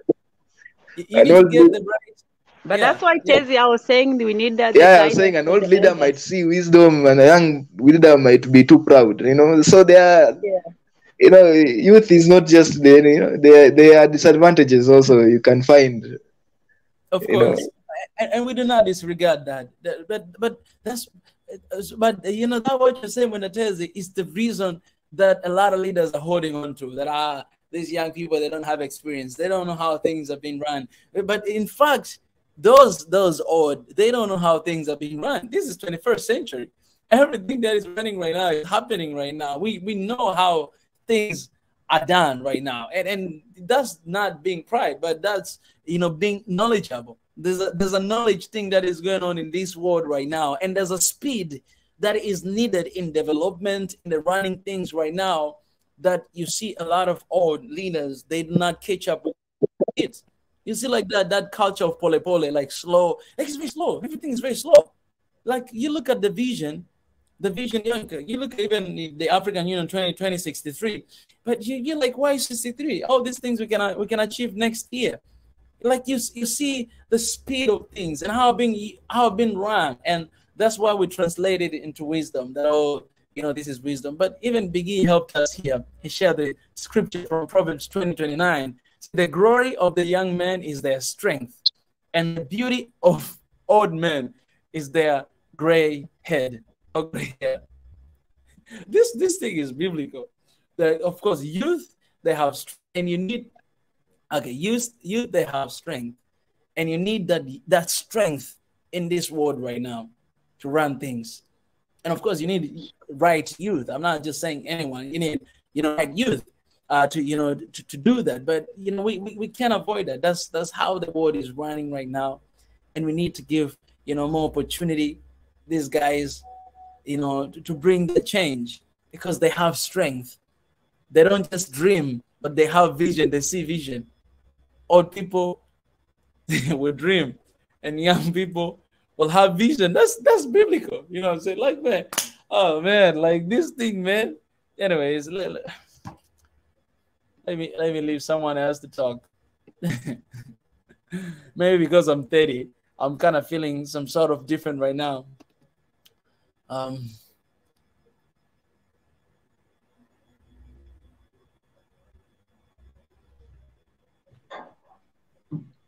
Wait, what happened again? I can't hear. Or is it me? You guys can't hear? No, I already said now I can. Now I can. Sorry, it must have been me. All right. I said someone else can speak. I finished. Oh, okay. Yeah, no, I say I agree with you. I think that there should be a balance. They should be a combination of all the young people. I say that we should try to look more into how we did things as African, where everybody had a say in the community. You know, you had the young men, you had the old men, you had the women's, council, you had, so all these voices were being heard, and I think everybody brings a unique perspective, to a problem. If there's a problem of poverty, education, you can have all the different factions separate and then come to an agreement or come to some, suggestions, and then we all come together and say, okay, this is the final parliament. We're all going to discuss it, and everybody's going to have a say. For the women, they might have a different aspect of looking at education. Let's, teach the children, these habits and so on.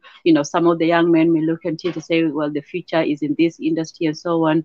The old men would say, well, don't forget, certain values and, societal principles. So, and then the young men will also be very physical, and that bodybuilding aspect of it. The young women might know something about nutrition and eating better. So I think that when it comes to a problem, we shouldn't just have one solution. We should have many different solutions coming from different aspects of society, because everybody is going to be affected, and especially the young people. They're the ones who are going to live with the consequences of our decisions today. So I think that power should be in the hands of the mature, not the young, the mature. I would say maybe 30s to 40s, but the young people should also have like a student council or something like that, or the young people's council, where they get together and they talk about the problems or the issues affecting them, and then they present that to the community. And then we all talk about these problems as a group or individually. So yeah, the old men leading the charge, the mature men in the leadership position, the young men in the support position, military, police, the protectors, the strength, the old men with the guidance and the counseling, the young women and the women's council in general with their advice and some of their perspectives. So I think it should be a community, a community affair. Everybody should be involved, not just in giving opinions, but also in providing solutions. So yeah, that's my take.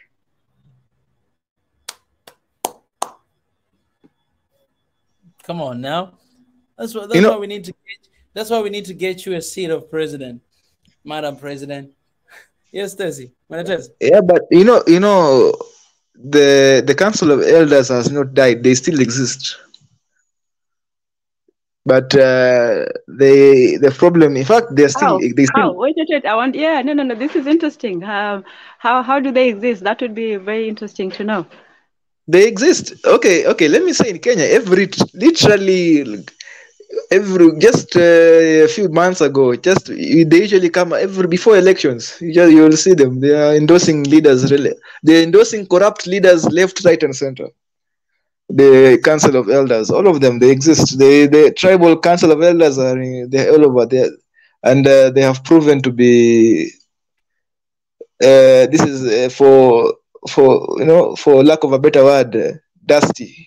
They have proven to be really. That is so disappointing. Unable to take Kenya today, because no, this is a fact. I've seen them. They are sellouts for money.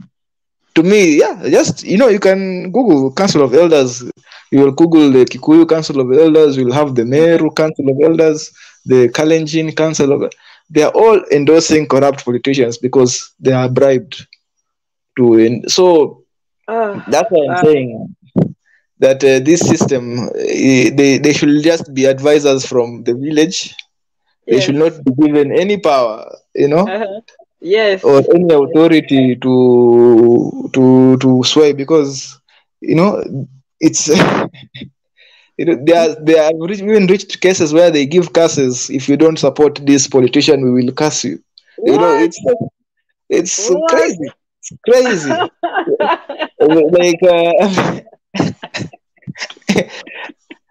Yeah, that's what I'm saying. I'm very hesitant. Your authority.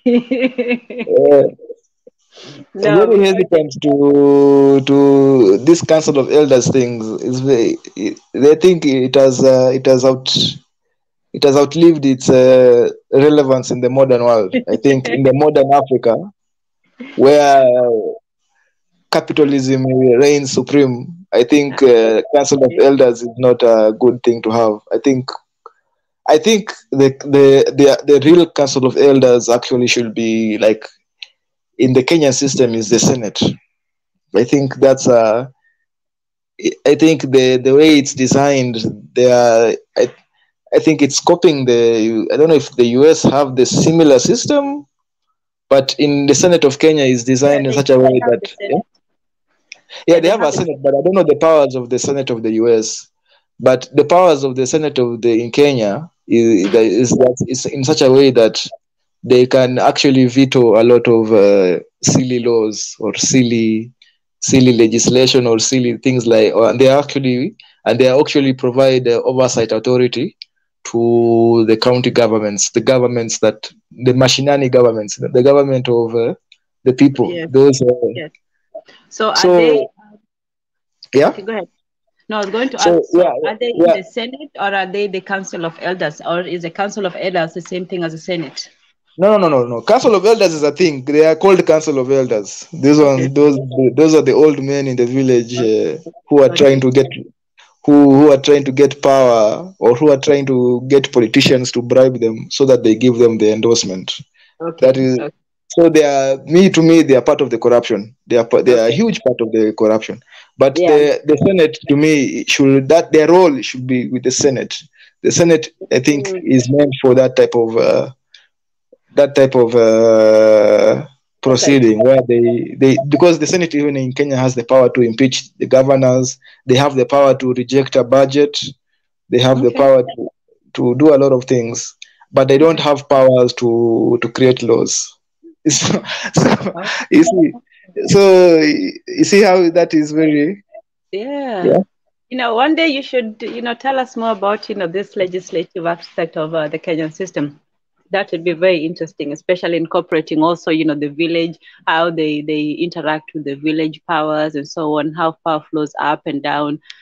That's that's an interesting one. So for you, you'd say that the Council of Elders should be moved to the Senate, or the Senate? The Senate, it is overlap of duty. The Senate already has that covered, and the Senate is much more accountable because nobody votes for Council of Elders. These old men who are old, like that is their thing. That's the only qualification is their age.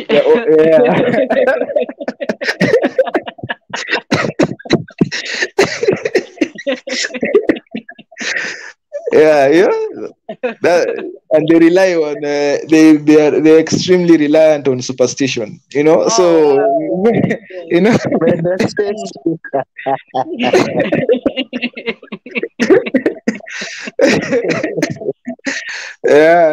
it's these are not the people who are going to take us to the future or forward.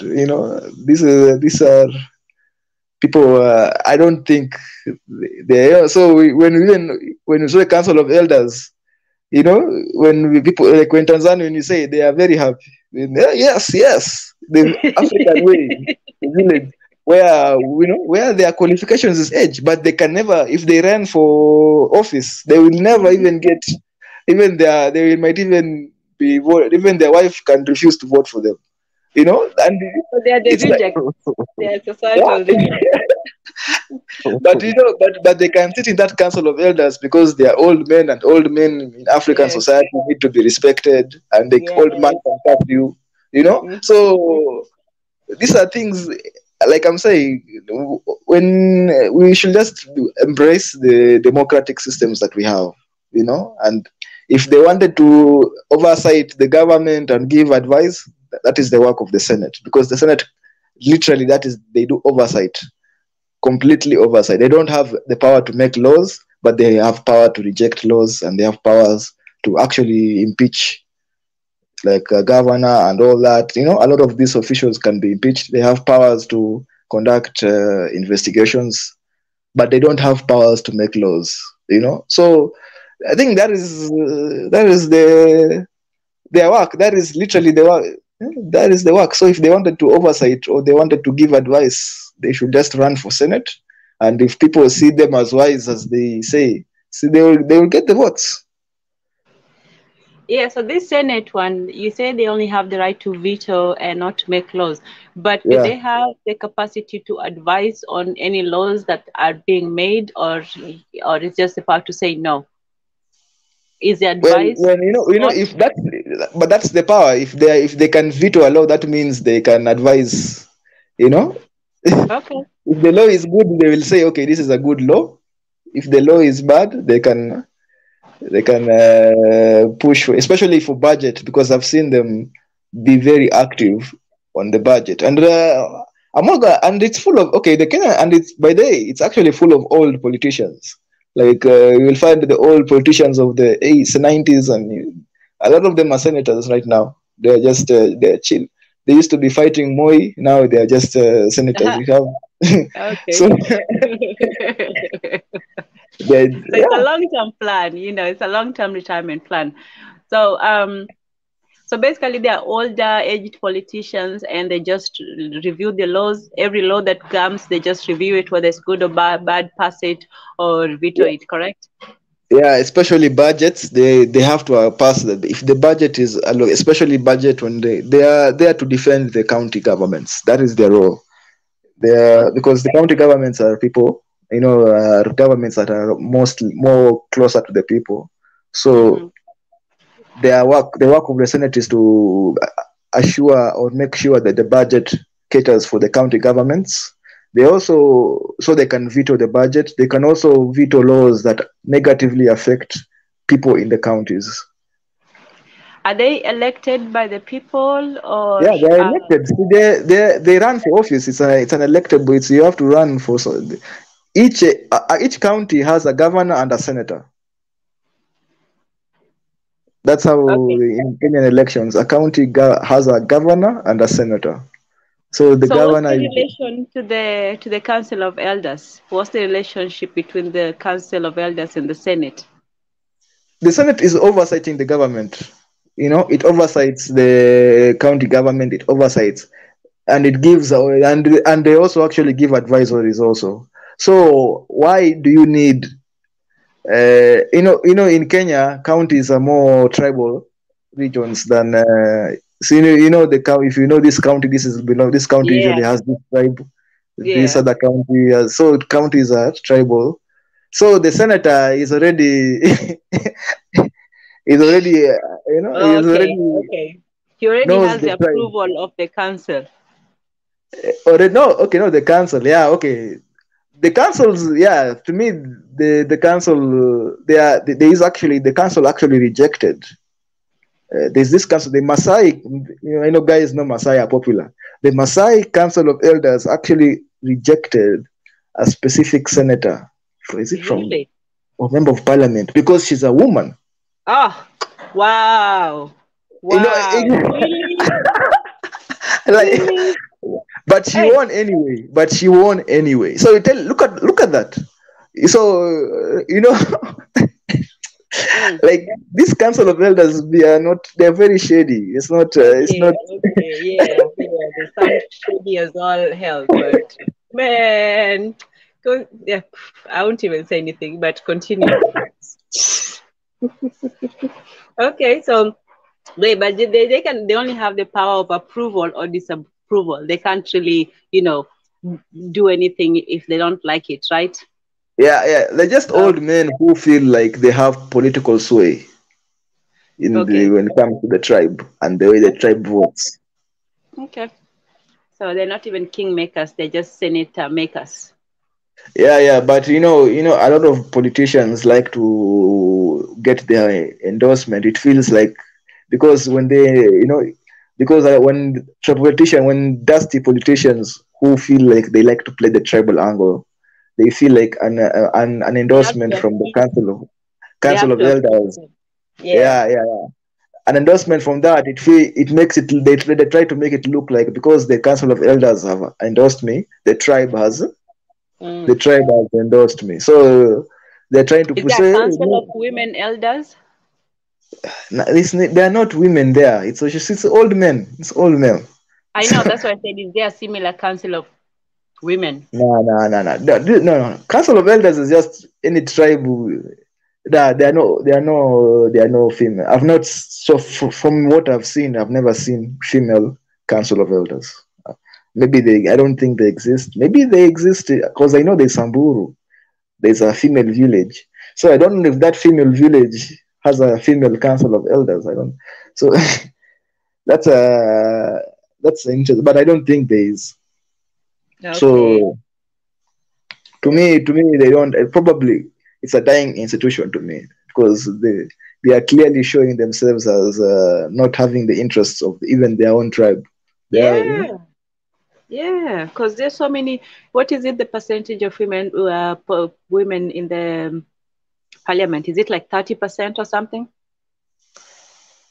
No.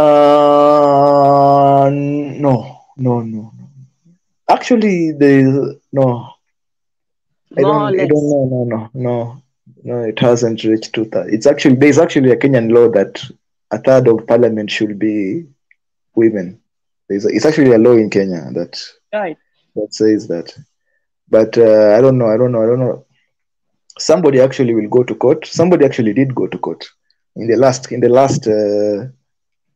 government, and the Chief Justice actually ruled that the parliament is not legitimate because 1/3 of the parliament is not women, and advised the president to dissolve parliament.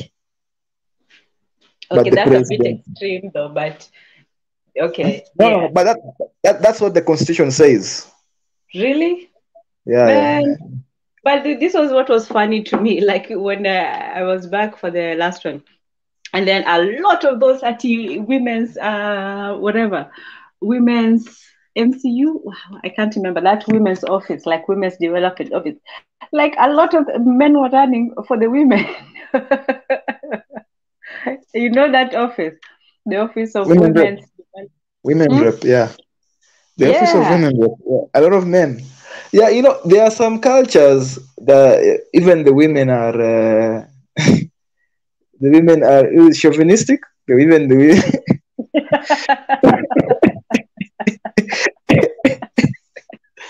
Yeah.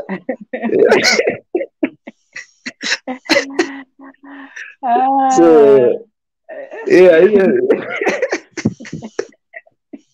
even the women will refuse a woman to rule over them. So.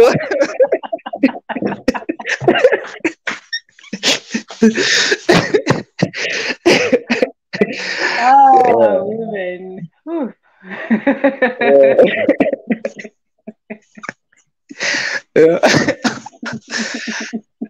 Yeah, I think one of them is Maasai. Actually, I don't know if the Maasai. Yeah, I think one of them is Maasai. Another one is there's another one. Which one? There are actually a couple of tribes that no, women don't. I think Garissa, most obviously Somali. Obviously Somali, and I don't know. They will never have women governors. Like it's like it's guaranteed. It's your own women won't vote for you, and like even your own women will not vote for you. Like imagine women are their own problems, their own worst enemy. Yeah, because I know in northeastern Kenya it's guaranteed until Jesus comes they will never have a female governor.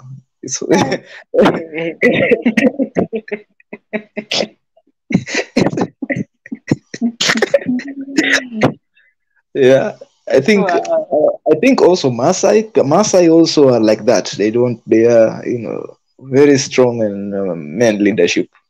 Maasai also. Yeah, so those are the Nilotic tribes. Cushitic, Nilotic, Cushitic.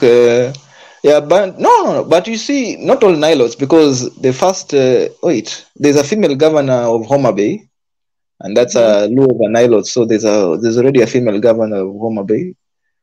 Okay. So no, it's not just Nilotic culture. Although Kikuyus are the one. There's Kamba. There's also female governor of Machakos. I think the people who wouldn't mind or have a problem with it so much, I'm just going to name the tribes. I think the Kikuyus wouldn't have a problem with it. I think the Kamba, Meru, Embu. Yeah, even Meru have a female governor. Yeah. It's the pastoralists actually, to be more accurate. The which one? Pastoralists. It's actually pastoralists, not Nilots. Pastoralists. Okay. Yes. I think those are the that's guys. Better examples, classifications. We need to start reclassifying, because the difference between they put the Nilots, let's say the South Sudanese descendants of the Nilots, the same with the Maasais and the Samburus. But I think that Samburus and Maasais have more in common than, let's say, the Luyas, the Luos with the Maasais. But anyway, the pastoralists, that's a good example. And I think, there might be something to that, because they also have a great, a great respect, like for manly attributes, like going to kill the lion and doing, other tribes, for the rites of initiation is usually like circumcision or, certain things. But I think for the Maasais, they actually have to go perform a feat of courage or something. So maybe for them, they put maybe leadership in a more masculine definition than other people. I don't know. That's just my, random reflections.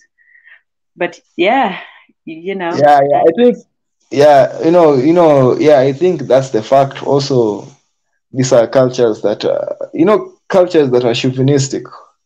Mm-hmm. Like most African cultures are, to some extent, they are have that chauvinistic aspect to them. So there are those cultures, that tribes that are still strong with the old culture, and so I think that's where that's why pastoralists are like that. Actually, I think that's why you find, because pastoralists are still living the same way they used to live before. Mm-hmm. So obviously they will think the same way they used to think before. But that's why there's a women village in Samburu, because the women were tired of that life of of before.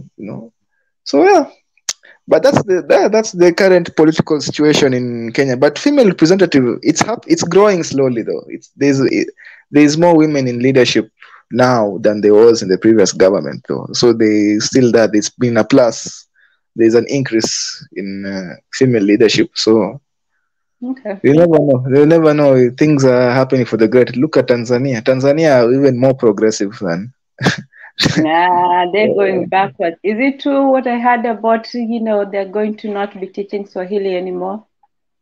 Yeah, that one is for Mika to confirm to us if Tanzania no longer. Yeah. Mika, can you tell us a little bit more about that? You haven't taken a whole break from our Kenyanization of Swahili nation. Oh man, did we lose them? Oh yeah, you guys, you took it over, and I think that's why there's a need to start as soon as possible that Kenyanization of Swahili nation one Africa. I actually added you to the group because you can. That's your identity. Oh wow. Okay. Well, there's a good news, by the way, guys. I don't know if you have been following up with. Let me show you something here. Please follow the Swahili Nation official Swahili Nation Instagram account. It's very, very important. Let me show you guys. That's where we share a lot of news that is happening, updates happening in Africa. We are trying best to share. And let me share with you guys. I think it's loading here. Okay, it's gonna be there very soon. A couple of the news that we are sharing actually every single day. All right, we are back and we are sharing every single day. So let me show you guys, and then we'll give a chance to His Excellency Ezra as well to share his final thoughts, and we'll be getting out of here. I'm sure you get a lot of your final thoughts, so I'm gonna give you a chance. You can create your own show, Kenyanization of Swahili Nation. Then you can talk about that. This is my show, Mwendatezi. Why are you taking over? Yeah? No, I didn't take over. We are talking African issues. African, but these are most of these issues are common all over Africa. You know. Yeah. All right, guys. I'm sharing. I don't know. Do you see this screen? Yeah. So this, guys, is the Swahili Nation Instagram account, and that's where we share news every single day. So there's one news that we share today, actually, right here. This news says, see, it's what's going on in Africa. You know, I'm using hotspot, and I'm using my hotspot. Maybe that's why it's taking forever to load, because there's a lot of pages here open. Let me close them. And let me close this as well. Did it load? Oh, anyway, so this news, you can see here the words like Burkina Faso military leaders demand French departure. We've seen in, you know, Mali, you know, the same thing happened, but now in Burkina Faso as well. And, you know, you guys can go and check the news and maybe even share your comments as well. Like anything that you have, you know, it's the place where you can actually share your opinions and everything. What do you think about this news? But there's another news that we just shared here recently, that Burkina Faso confirms end of military accord with France. So all these are really interesting news. What is happening in Africa? We try our best to share, what's really happening here and there. You can see here DRC, you can see Uganda, you can see Tanzania, you can see different news, like, you know, everywhere what is happening. There's one really good news I saw here, decision to establish a financial institution for East Africa. The Central Bank of East Africa will be made this year in 2023. So that's really great news for East African community, and it's one step towards, you know, the one Africa that we want, the one Africa we need. These are very interesting news that we share, so you can go and and check it out. And also you can see even diaspora who are doing crazy things for Africa. You know, Michael Blackson, and you can then I will share another video of this guy Dave Chappelle when he visited Ghana as well, and all those stuff. So yeah, go and stay in touch with our news. The same thing, you can go on Twitter as well. We use One Swahili Nation. You can see where we are updating news every single day. The Tanzania team actually is doing really, really well to deal with this news and updates on our social media. So go encourage them, comment, and share your thoughts as well. It's very important because they're spending a lot of time actually to come up with this news. So it's a lot of good stuff to keep you guys informed of everything that is happening in Africa. And so if as well you are, let me extend this invitation. If you are in the news sector, maybe you have that expertise and you're kind of guy that you always like search different news here and there, you know a lot of things that are happening, please let me know. I will add you to the team so that we may have a lot of sources from everywhere that will be bringing news to us. And the good thing is right now we have these teams from different places. So basically everything that is happening in Kenya, I'm pretty sure that I'll be able to reach out to Mwenda Tezi and get confirmation of what's happening. And Mwenda Tezi will know what is happening there. The same thing to other guys as well. So this will help us actually to give authentic stories and news that is happening in Africa through our own social medias. We all know that our website is on the way, guys. It's taking longer than expected. We have some setback has been happening since last year, and even today I had a conversation with the guy. This Wednesday we're going to be having another meeting as well. We've been having endless meetings to actually make sure that, you know, our website is coming out as soon as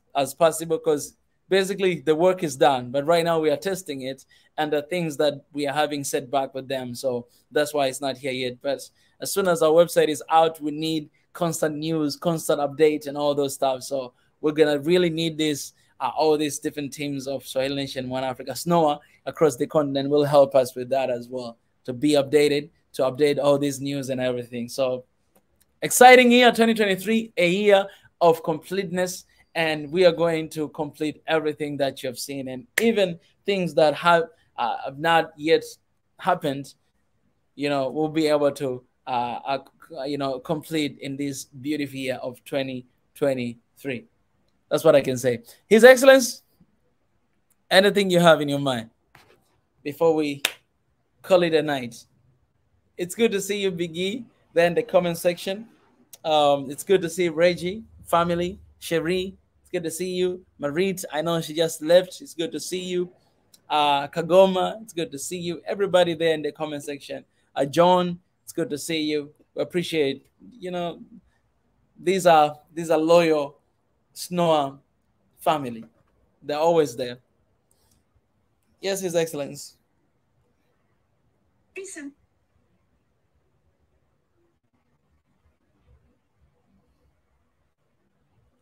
Can you guys hear me?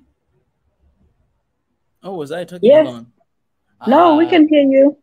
We can hear you. We can. Yeah. I guess you maybe lost Big E can't, but I definitely can. Yeah. I appreciate that. I appreciate that. So yeah. Thank you so much, guys, for joining. I wanna specifically appreciate Mwendatezi, Kilagazwe, Mikias, and Ezra for, you know, willingly accept these tasks that they're gonna be having this year. It will be, you know, very interesting year. Actions, you know, last year we were saying it's the year of action, and we say that this is not gonna be the end of actions, but this year we're really putting those activities on the ground. Imagine last year how much we've done live stream, but right now we are actually going to have these teams that will be doing different activities in their countries. This is exciting here. That Swahili Nation, we are everywhere and we'll be doing activities. I don't need to be there for things to happen. We already have people who are standing here with us, who we have already created a family of people who are loyal, who are willing to do anything for this country, I mean, for this continent. And now they're stepping out to build teams in their countries and to just continue to work, you know, continue to work. And we'll always have feedbacks from them. We'll always have, you know, videos of the activities going on. You guys, you know, we have meetings, you know, every Sunday. We'll always be talking about that, you know, iron sharpening iron. And that's what we're going to be doing in our meetings, sharing different ideas and encouraging one another how we're going to take over the continent. We are going to take over the continent by taking over each and every single country out there. We have representatives, we have coordinators, we have people in each country, and we're going to take over Africa by storm, just like that. And nobody's going to stop it, because you can either stop what is happening here in Tanzania, but something is happening in Kenya, and it's going to be contagious, because it's going to happen in Kenya, and then it's going to happen everywhere, like then. Same thing in Ethiopia, in Nigeria, you know.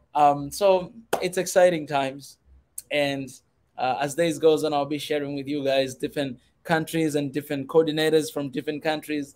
So it's going to be very exciting year of us achieving those goals that we've always wanted. And also this year, I just decided in this conversation that personally will highly push for this idea. I'll personally push, you know, for the idea of having young leaders, you know, into our governments by actually advising and motivating young leaders to take initiative to run for the offices, you know, take initiative to, you know, to be leaders, to have those, like, to take over because we cannot say that, oh, give us opportunities. No, opportunities there. Let's go and grab it by storm.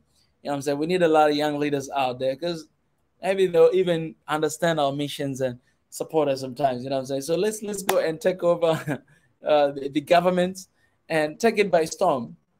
The next election, I want to see, when you have like election of president, I want to see young leaders, you know, taking their forms, running president. You know, a guy is like 35 years of age, you know, is taking a form of presidential run. And you know, so yeah, we got to do that.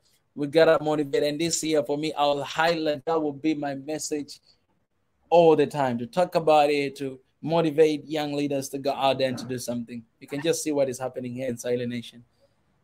And this is what can happen in the country, you know.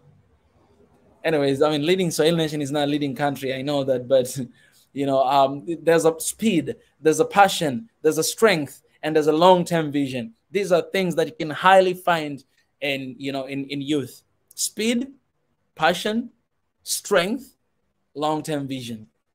Think about 50 years, somewhat there. Anyways, that's what I can say. His Excellency, you're back, man. Your any thoughts, final thoughts you have, you know, before we close this session and get out of here? I heard you earlier. Sorry about that. I was just doing something here, trying to connect my charger. But yeah, um, final thoughts from my side. It was great being here.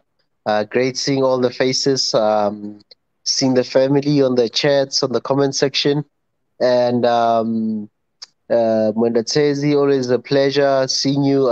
Tenzan, Biggie, Marie Antoinette, Reggie. Um, uh, Paul, everyone who was here today, thank you for the love and support. Let's continue in this year. Let's grow further, and let's reach more people. And you know, let's continue praying for one another. Let's continue supporting one another.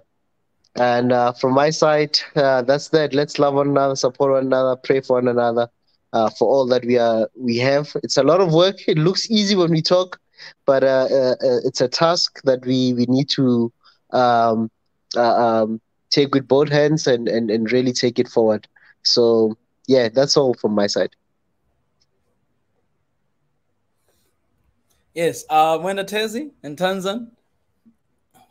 1 minute. Yeah, yeah, yeah. I know. I think Pastor Ezra said it all. I think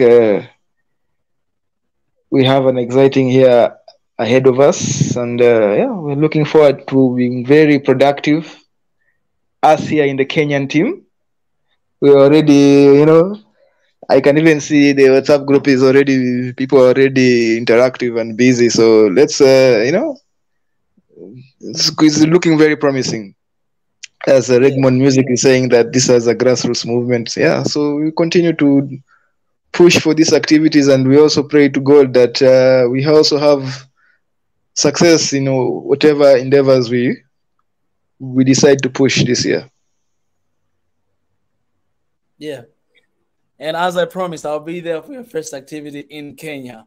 I'll go to Kenya to participate in the first activity launch in Kenya. I'll be right there. And I am excited for that. Oh, dear Lord. His Excellency, it can move me too to come to South Africa. You know what I'm saying? Like, I'm excited for that, man. I'm excited for that. I don't need visas. I know, just go there. I wish we had a train. I can go there by train. It can take like couple weeks to travel here all the way to South Africa. Yeah. But to Tanzania, you know how many days it takes? How many days? By bus, I think it should be 3 to 4 days. Because from the only issue with using the bus, it's much cheaper, but then you have the only challenge is the borders, because there's borders that close at like around 8 p.m. at night. So it depends on which border you reach by what time. Those where most of the time you'll sleep in the borders of the countries because of the what do you call this, the border gates. They normally close around 8 p.m. at night. So if, let's say, you using normally most people now are shying away from using Mozambique, especially from Tanzania. Probably maybe go via Malawi, maybe part of Mozambique via the northwestern part of Mozambique, then Zimbabwe, then you in SA. So it's like 3 countries. Or it can even be 2. It can be 1 if you go via you go down across Mozambique. I know it's going to be a long journey. It's a long country in terms of that going down. But one thing I can tell you about Mozambique, what do you call this? It's the stops. There's a lot of stops there in Mozambique when you travel. There's a lot of stops, especially with the buses and stuff. It's there's a lot of stops, but it's a great country. It's a beautiful country, green as well.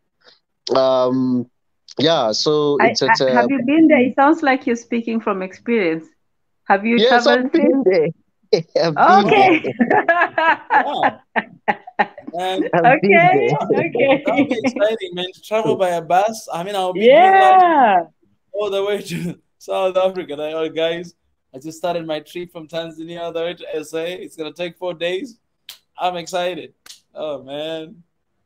Yeah, man, That would be it's cool. one of But those. travel a couple people, not only me. You have to travel that if you're like 5 people. It will be really exciting to have a lot of people traveling together. Yeah, Yeah. actually, there is this companies. They're called overlanders. I don't know if you've heard of them. They have these big trucks No. that travel all the way from. I think they go from Ethiopia to South Africa, Oh, or really? yeah. I think some go even as far as Egypt. Yeah. Hmm. Yeah, there's many cross-border trucks nowadays, eh? There's trade, but even though it's a bit slow, but there is trade amongst some of this countries, especially when you get to the borders. That's when you start realizing there's like cross-border trucks that are coming from each country. Like if you're going into maybe let's say you're going into Tanzania, between maybe Mozambique and Tanzania, you will see a lot of trucks and buses as well. There are people moving, as much as we Yeah, might think people are not but moving that it's much, not. a lot of Yeah, people are moving.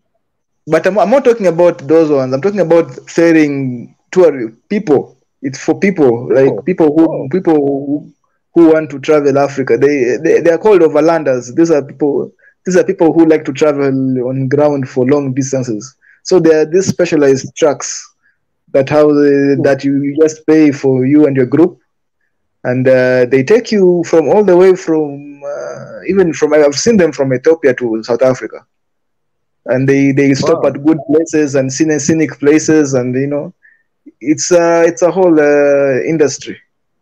Wow.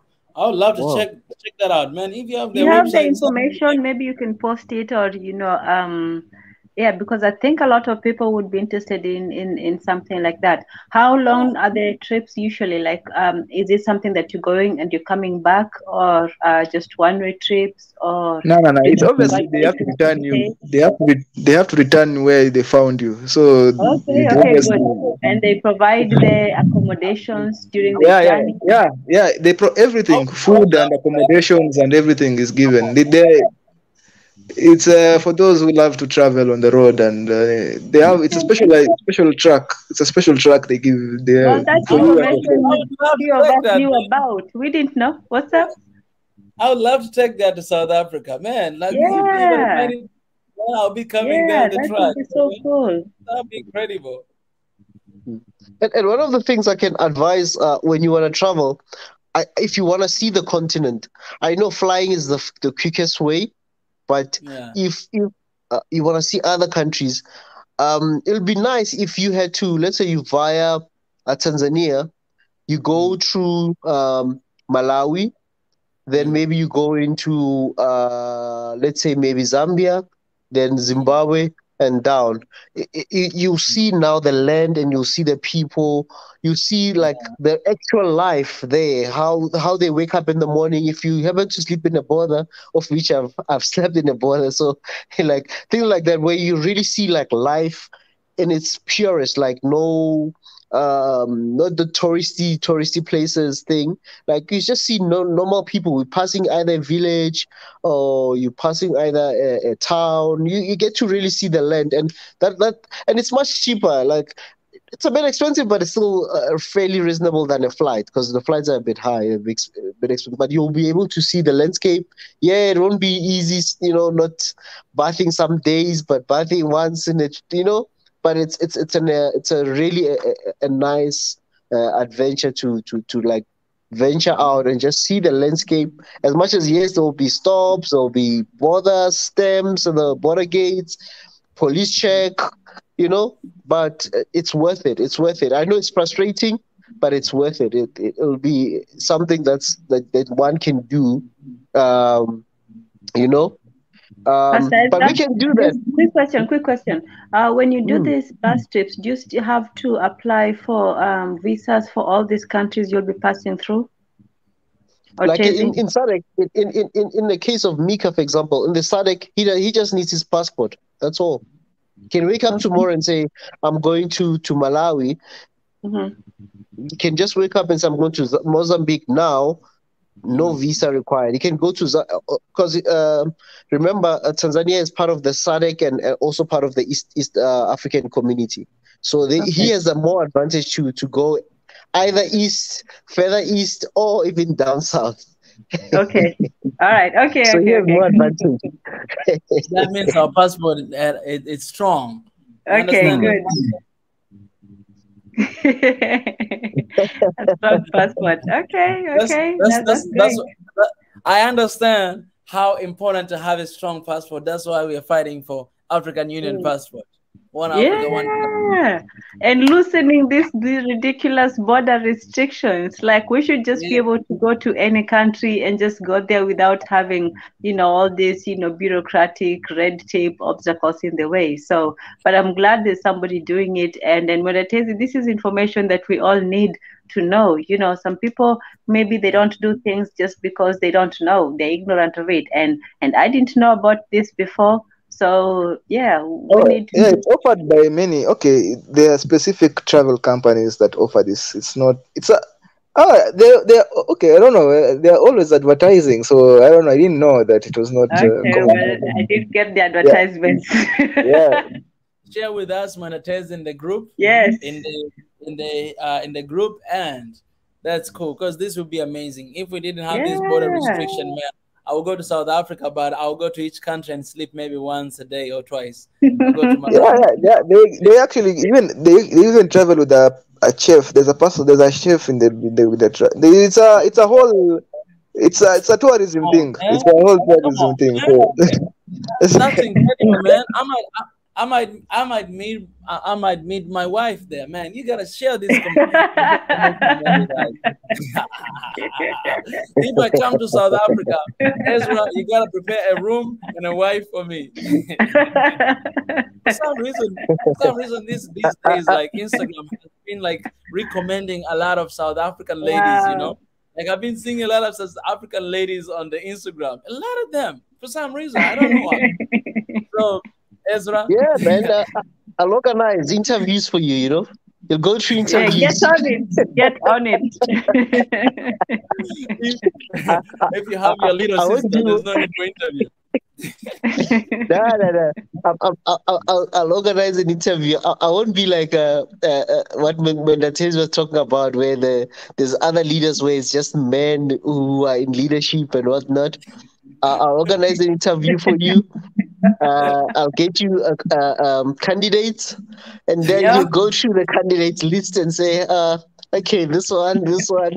I won't do the traditional way where Mika, in the olden days, right? Traditionally, if you were in South Korea for far too long and not getting married, when you get home in Tanzania, here's a wife, brother. Here's your wife. Here's your house. Here's the land for you. You know what? I want to go to that party. That party that I think that would be the best place for me to find a wife. That party that you have like they're dancing, they're dancing they're dancing actually naked. What kind of tradition is that? I've done reaction to those videos before. You have that. I think that's Swaziland, or it's in South Africa also. It's in South Africa. Yeah, they're dancing like naked. Like a lot of ladies are dancing naked. Together they're going here and there. I think it's the upper body, right? I've done that reaction from. Maybe I've seen Swaziland when the king chooses an extra wife. They do that dance. I've seen a video of that. I didn't know even South Africans are also like that.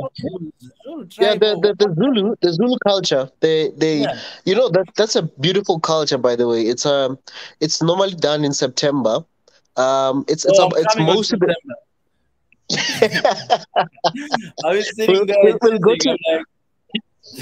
We'll go to two. There's the Swazis and the Zulu people. So it's called the redance. The redance. If you go there as a lady, you're probably still a virgin because they test. They don't want chances there. They don't want experience there. They want. Thank you, Lord. They are serious. They're serious, But Menatezi can join, I'm sure Menatezi will gladly get two. He'll have two in Eswatini and one in South Africa, and then he'll have another one in Kenya. Yeah. No, I don't mind. I don't know the language. The problem is, the Ah, they language. There speak might be English, language man. barrier. They speak English. No, language Oh. is not a problem. They speak English. Ah. Most of them speak English, man. We'll So, come with the Valanda track. Then we book space. So then we come back. We come. Reggie is reminding me to behave myself. Reggie, sometimes I forgot. So let me come back to my normal sense. Um, this is the year of completeness. This is what we're talking about, eh? The year of completeness. That means there's no longer, one, but there's a two, and two become one. The year mhm. of completeness. So, all right, all right. I had even Tanzan didn't say anything. Tanzan, I'm sorry. Now we are coming back. These guys talk sometime. Guys. This is African culture. This African culture. We are uniting Africa. This African culture.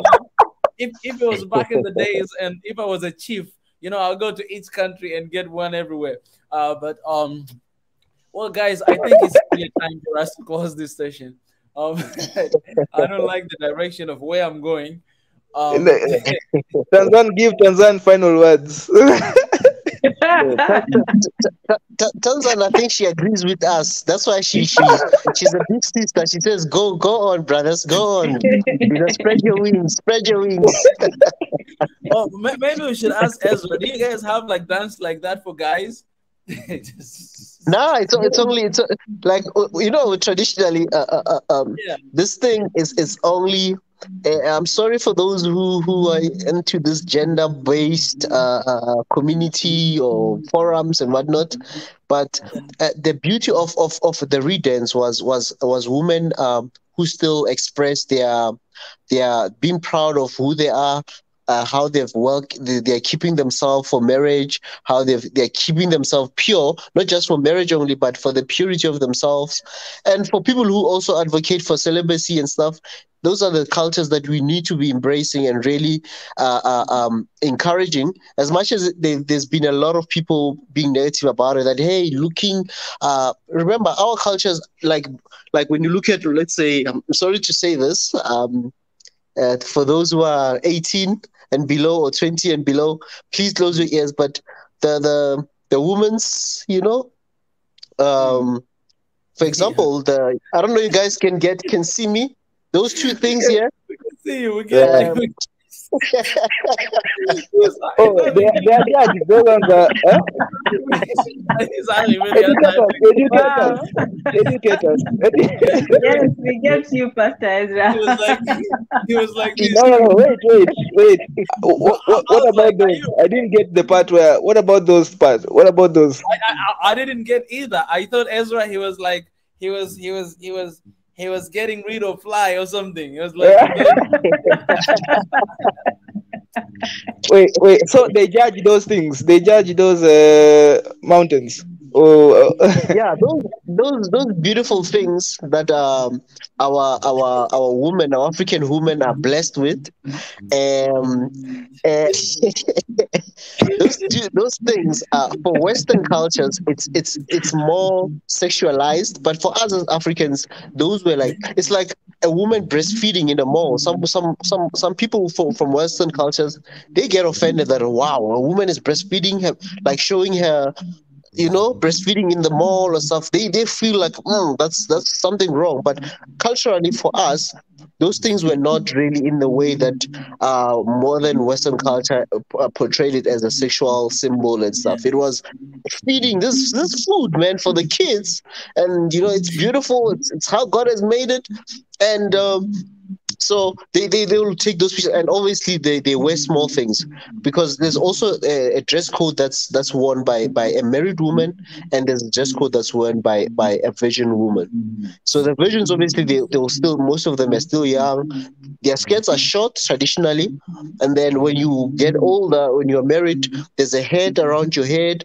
The dress will become longer, and then a bit of covering more. But those two things were always there. It wasn't something that was like idolized in another form, So, but it's the beauty of this culture. We need to preserve it, and I applaud the king of Eswatini and the king of the Zulus for that. Yeah. I'm also pro preservation of such beautiful cultures. I don't understand. Sometimes we should not look at things from Western lenses, and You know what they taught us? They taught us shame, because things that to us was just a normal thing. It was just a beautiful thing. For them, the body is a shameful thing. They didn't understand how people could walk around, near naked. Most of them are not naked, actually. They were just, they covered their groin area, but the rest of it was, just open. So, for us, that was not nudity. It was just, your normal body. So I think that they taught us to be ashamed. We were in the Garden of Eden. We were in the Garden of Eden. We didn't know. As for now, you're saying this. I remember before I went to Korea. We're seeing this. Like, you go to the bus, you see a lady just feeding. You see, and for us, of course, it's a culture thing. For us, I will not even look at it, because for some reason I just know in my mind that I'll just be looking somewhere else. Like, I'll see someone feeding, but I'll be like, it's a normal thing you see everywhere you go. But I went there, and then when I came back, 9 years you went there, and then you see nothing like that. And then when I came back, I see that I was surprised, like, what just happened? What just happened? Imagine, like, I grew up here, and I know that, this is the culture thing. But I just went back and come back, and I was like, oh, this is weird. Why don't you do this in your home or in your house? Like, I was already changed in a way. And in these days, I mean, you see, like, actually, even this, we really need to. I never thought about this until this time when you say Tanzan. Like, you see ladies like wearing very like short dress and all those like tops, and sometimes you're surprised. They're like, oh, this is Western culture. Actually, it's not. Back in the past, our ladies, they didn't even have clothes. You know what I'm saying? Right now, there's a tribes that they don't even have clothes. They just walk like that, with everything just there. So I think this thing, what you're saying is so true. There's things that, of course, we need to continue to preserve, but also we should not give credits to them, because in reality, it was us, from the beginning. Yeah. I also agree with you, Mika. This and I've also been a huge advocate this thing that we are shaming women because they have I don't know what the way they are dressing, and our own great grandmothers clearly dressed probably even more revealing than that, and our grandfathers were not bothered. I don't know why we should be bothered. That's a very interesting perspective also. So Well, I'll tell you why. Maybe somebody, just from a different point of view, why somebody might be bothered with it. Because in the past, even though, women did not wear, and men as well, nobody really wore clothes like that, but there was no concept of shame, but we still had the concept of modesty. So even the women, for us, when we see the naked women, like the South African women, we say, oh, they should be ashamed. But for them, showing your skin, your breast was not a sign of shame. But in the days that we live in, nowadays that the female body is sexualized. Sorry. So I was saying it's a pride, like, for them it's a pride, like, hey, look at what I got. Yeah. Yes, exactly. So unfortunately, in this age where people do sexualize the body, you cannot have the same. It does not mean the same. If you walked out naked, it would not mean the same as if everybody was naked back in the day. People would not look at you in the same way. So even though, yes, people should be free. Go ahead. I have a question. Yeah. Why is it that, okay, here's the thing. If in a society where all the women wear, and I think there are societies where women probably wear short skirts and stuff, the point that everybody is used to it, it doesn't bother. There are those, even now in the modern day, there are women who probably, there are societies where women probably wear those type of clothing and not conservative, and there it's probably doesn't bother the man because the men have already become used to it. So my question is it the conservative women who are making it more sexual, or because No, she's covering it, because the fact that it's been covered, people are not used to it. So is it? So it's a very interesting perspective. Is it the conservative women who are making these female bodies more sexual? That's why that when somebody actually shows you things like thighs that are just legs. These are just legs, but now it bothers men because they are not used to seeing it.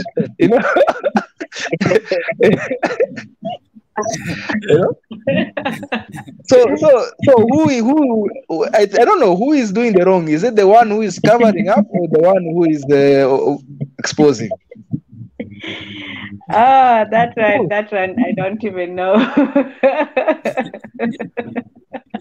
I think right now, that's a good question. Yeah, I think right now we move to Africa traditions.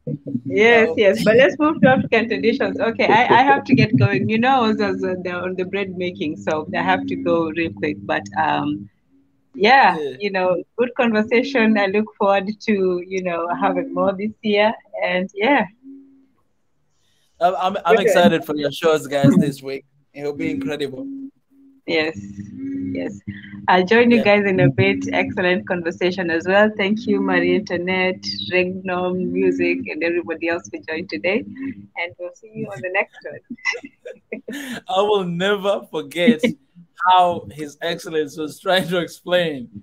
I know. Oh my God, that was priceless. That was hilarious. That was just the best. You should just do a shot of that little clip. Just I need to crop that clip and reshare it again. And the second time, how he said these two beautiful things that God has given them.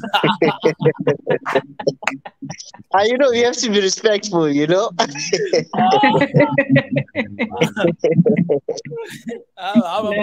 is awesome. I need to share that clips, man. I need to share that part. Okay. All right, I'll see you guys. Kwaheri. Kwaheri, thank you for joining us. All right. Peace. Thank you, guys. Thanks to everybody who just joined, and we have somebody that just joined there, but we are closing the session for today. Hopefully, for me, actually, this Wednesday, I'm going to be having another show, a conversation with someone. Hopefully, tomorrow, too. I don't know. Anything can happen, but this Wednesday, we're having a show, with someone. I'll be interviewing here, one of the creators from Ethiopia, actually. She's the creator, and we'll be having an amazing conversation this Wednesday. I'll be preparing the live stream here for you guys to see it. I already have the profile picture and a biography. I'll be sharing on the post maybe tomorrow for you guys to get ready for that conversation. So please copy this link and you will copy that link as well. All the time when you go to YouTube channel, just go to live, because right now YouTube have separated the videos, shorts, and live. So if you go to live, you'll be able to see the upcoming stream. I think I'll create it tonight here. Appreciate Ethiopia Tube. I think you just joined us right now, but we are closing the session. So I'm just going to be praying right now and leave for now. Yes, God, I thank you for tonight. It has been such a beautiful session with beautiful people to just talk about a lot of things that are happening. It's been really amazing discussion. And just pray that, the same smile that you put on our faces, you do the same thing to the viewers, people who will be viewing this video as well. I praise you. I thank you. I bless you. In your precious name, Jesus Christ, I pray. Amen. Amen. All right, guys. So I appreciate you guys for joining. I'll leave you for now. This has been the longest time we've done this year. And I appreciate everybody who just came here and joined us. This week, we are resuming our shows. So please come and enjoy with us. I'm excited. And I hope you are too. Appreciate it, guys. Good night, family. Thank you so much. for the team behind the scene, Marie Antoinette, Reggie, Marit, and yeah, this is the team in the background, and you guys are Biggie, you know, my brother. These guys have been there in the background to support. You know, I acknowledge you guys. I recognize you guys. I see you.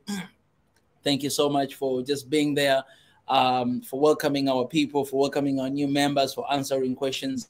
Yeah, it's good to have you guys. Appreciate it. It's good that we have people here on the screen, and we had people right there in the background to just, you know, support our family there in the community. We all one, and we appreciate for your love and support. This week we're resuming our shows, as I say.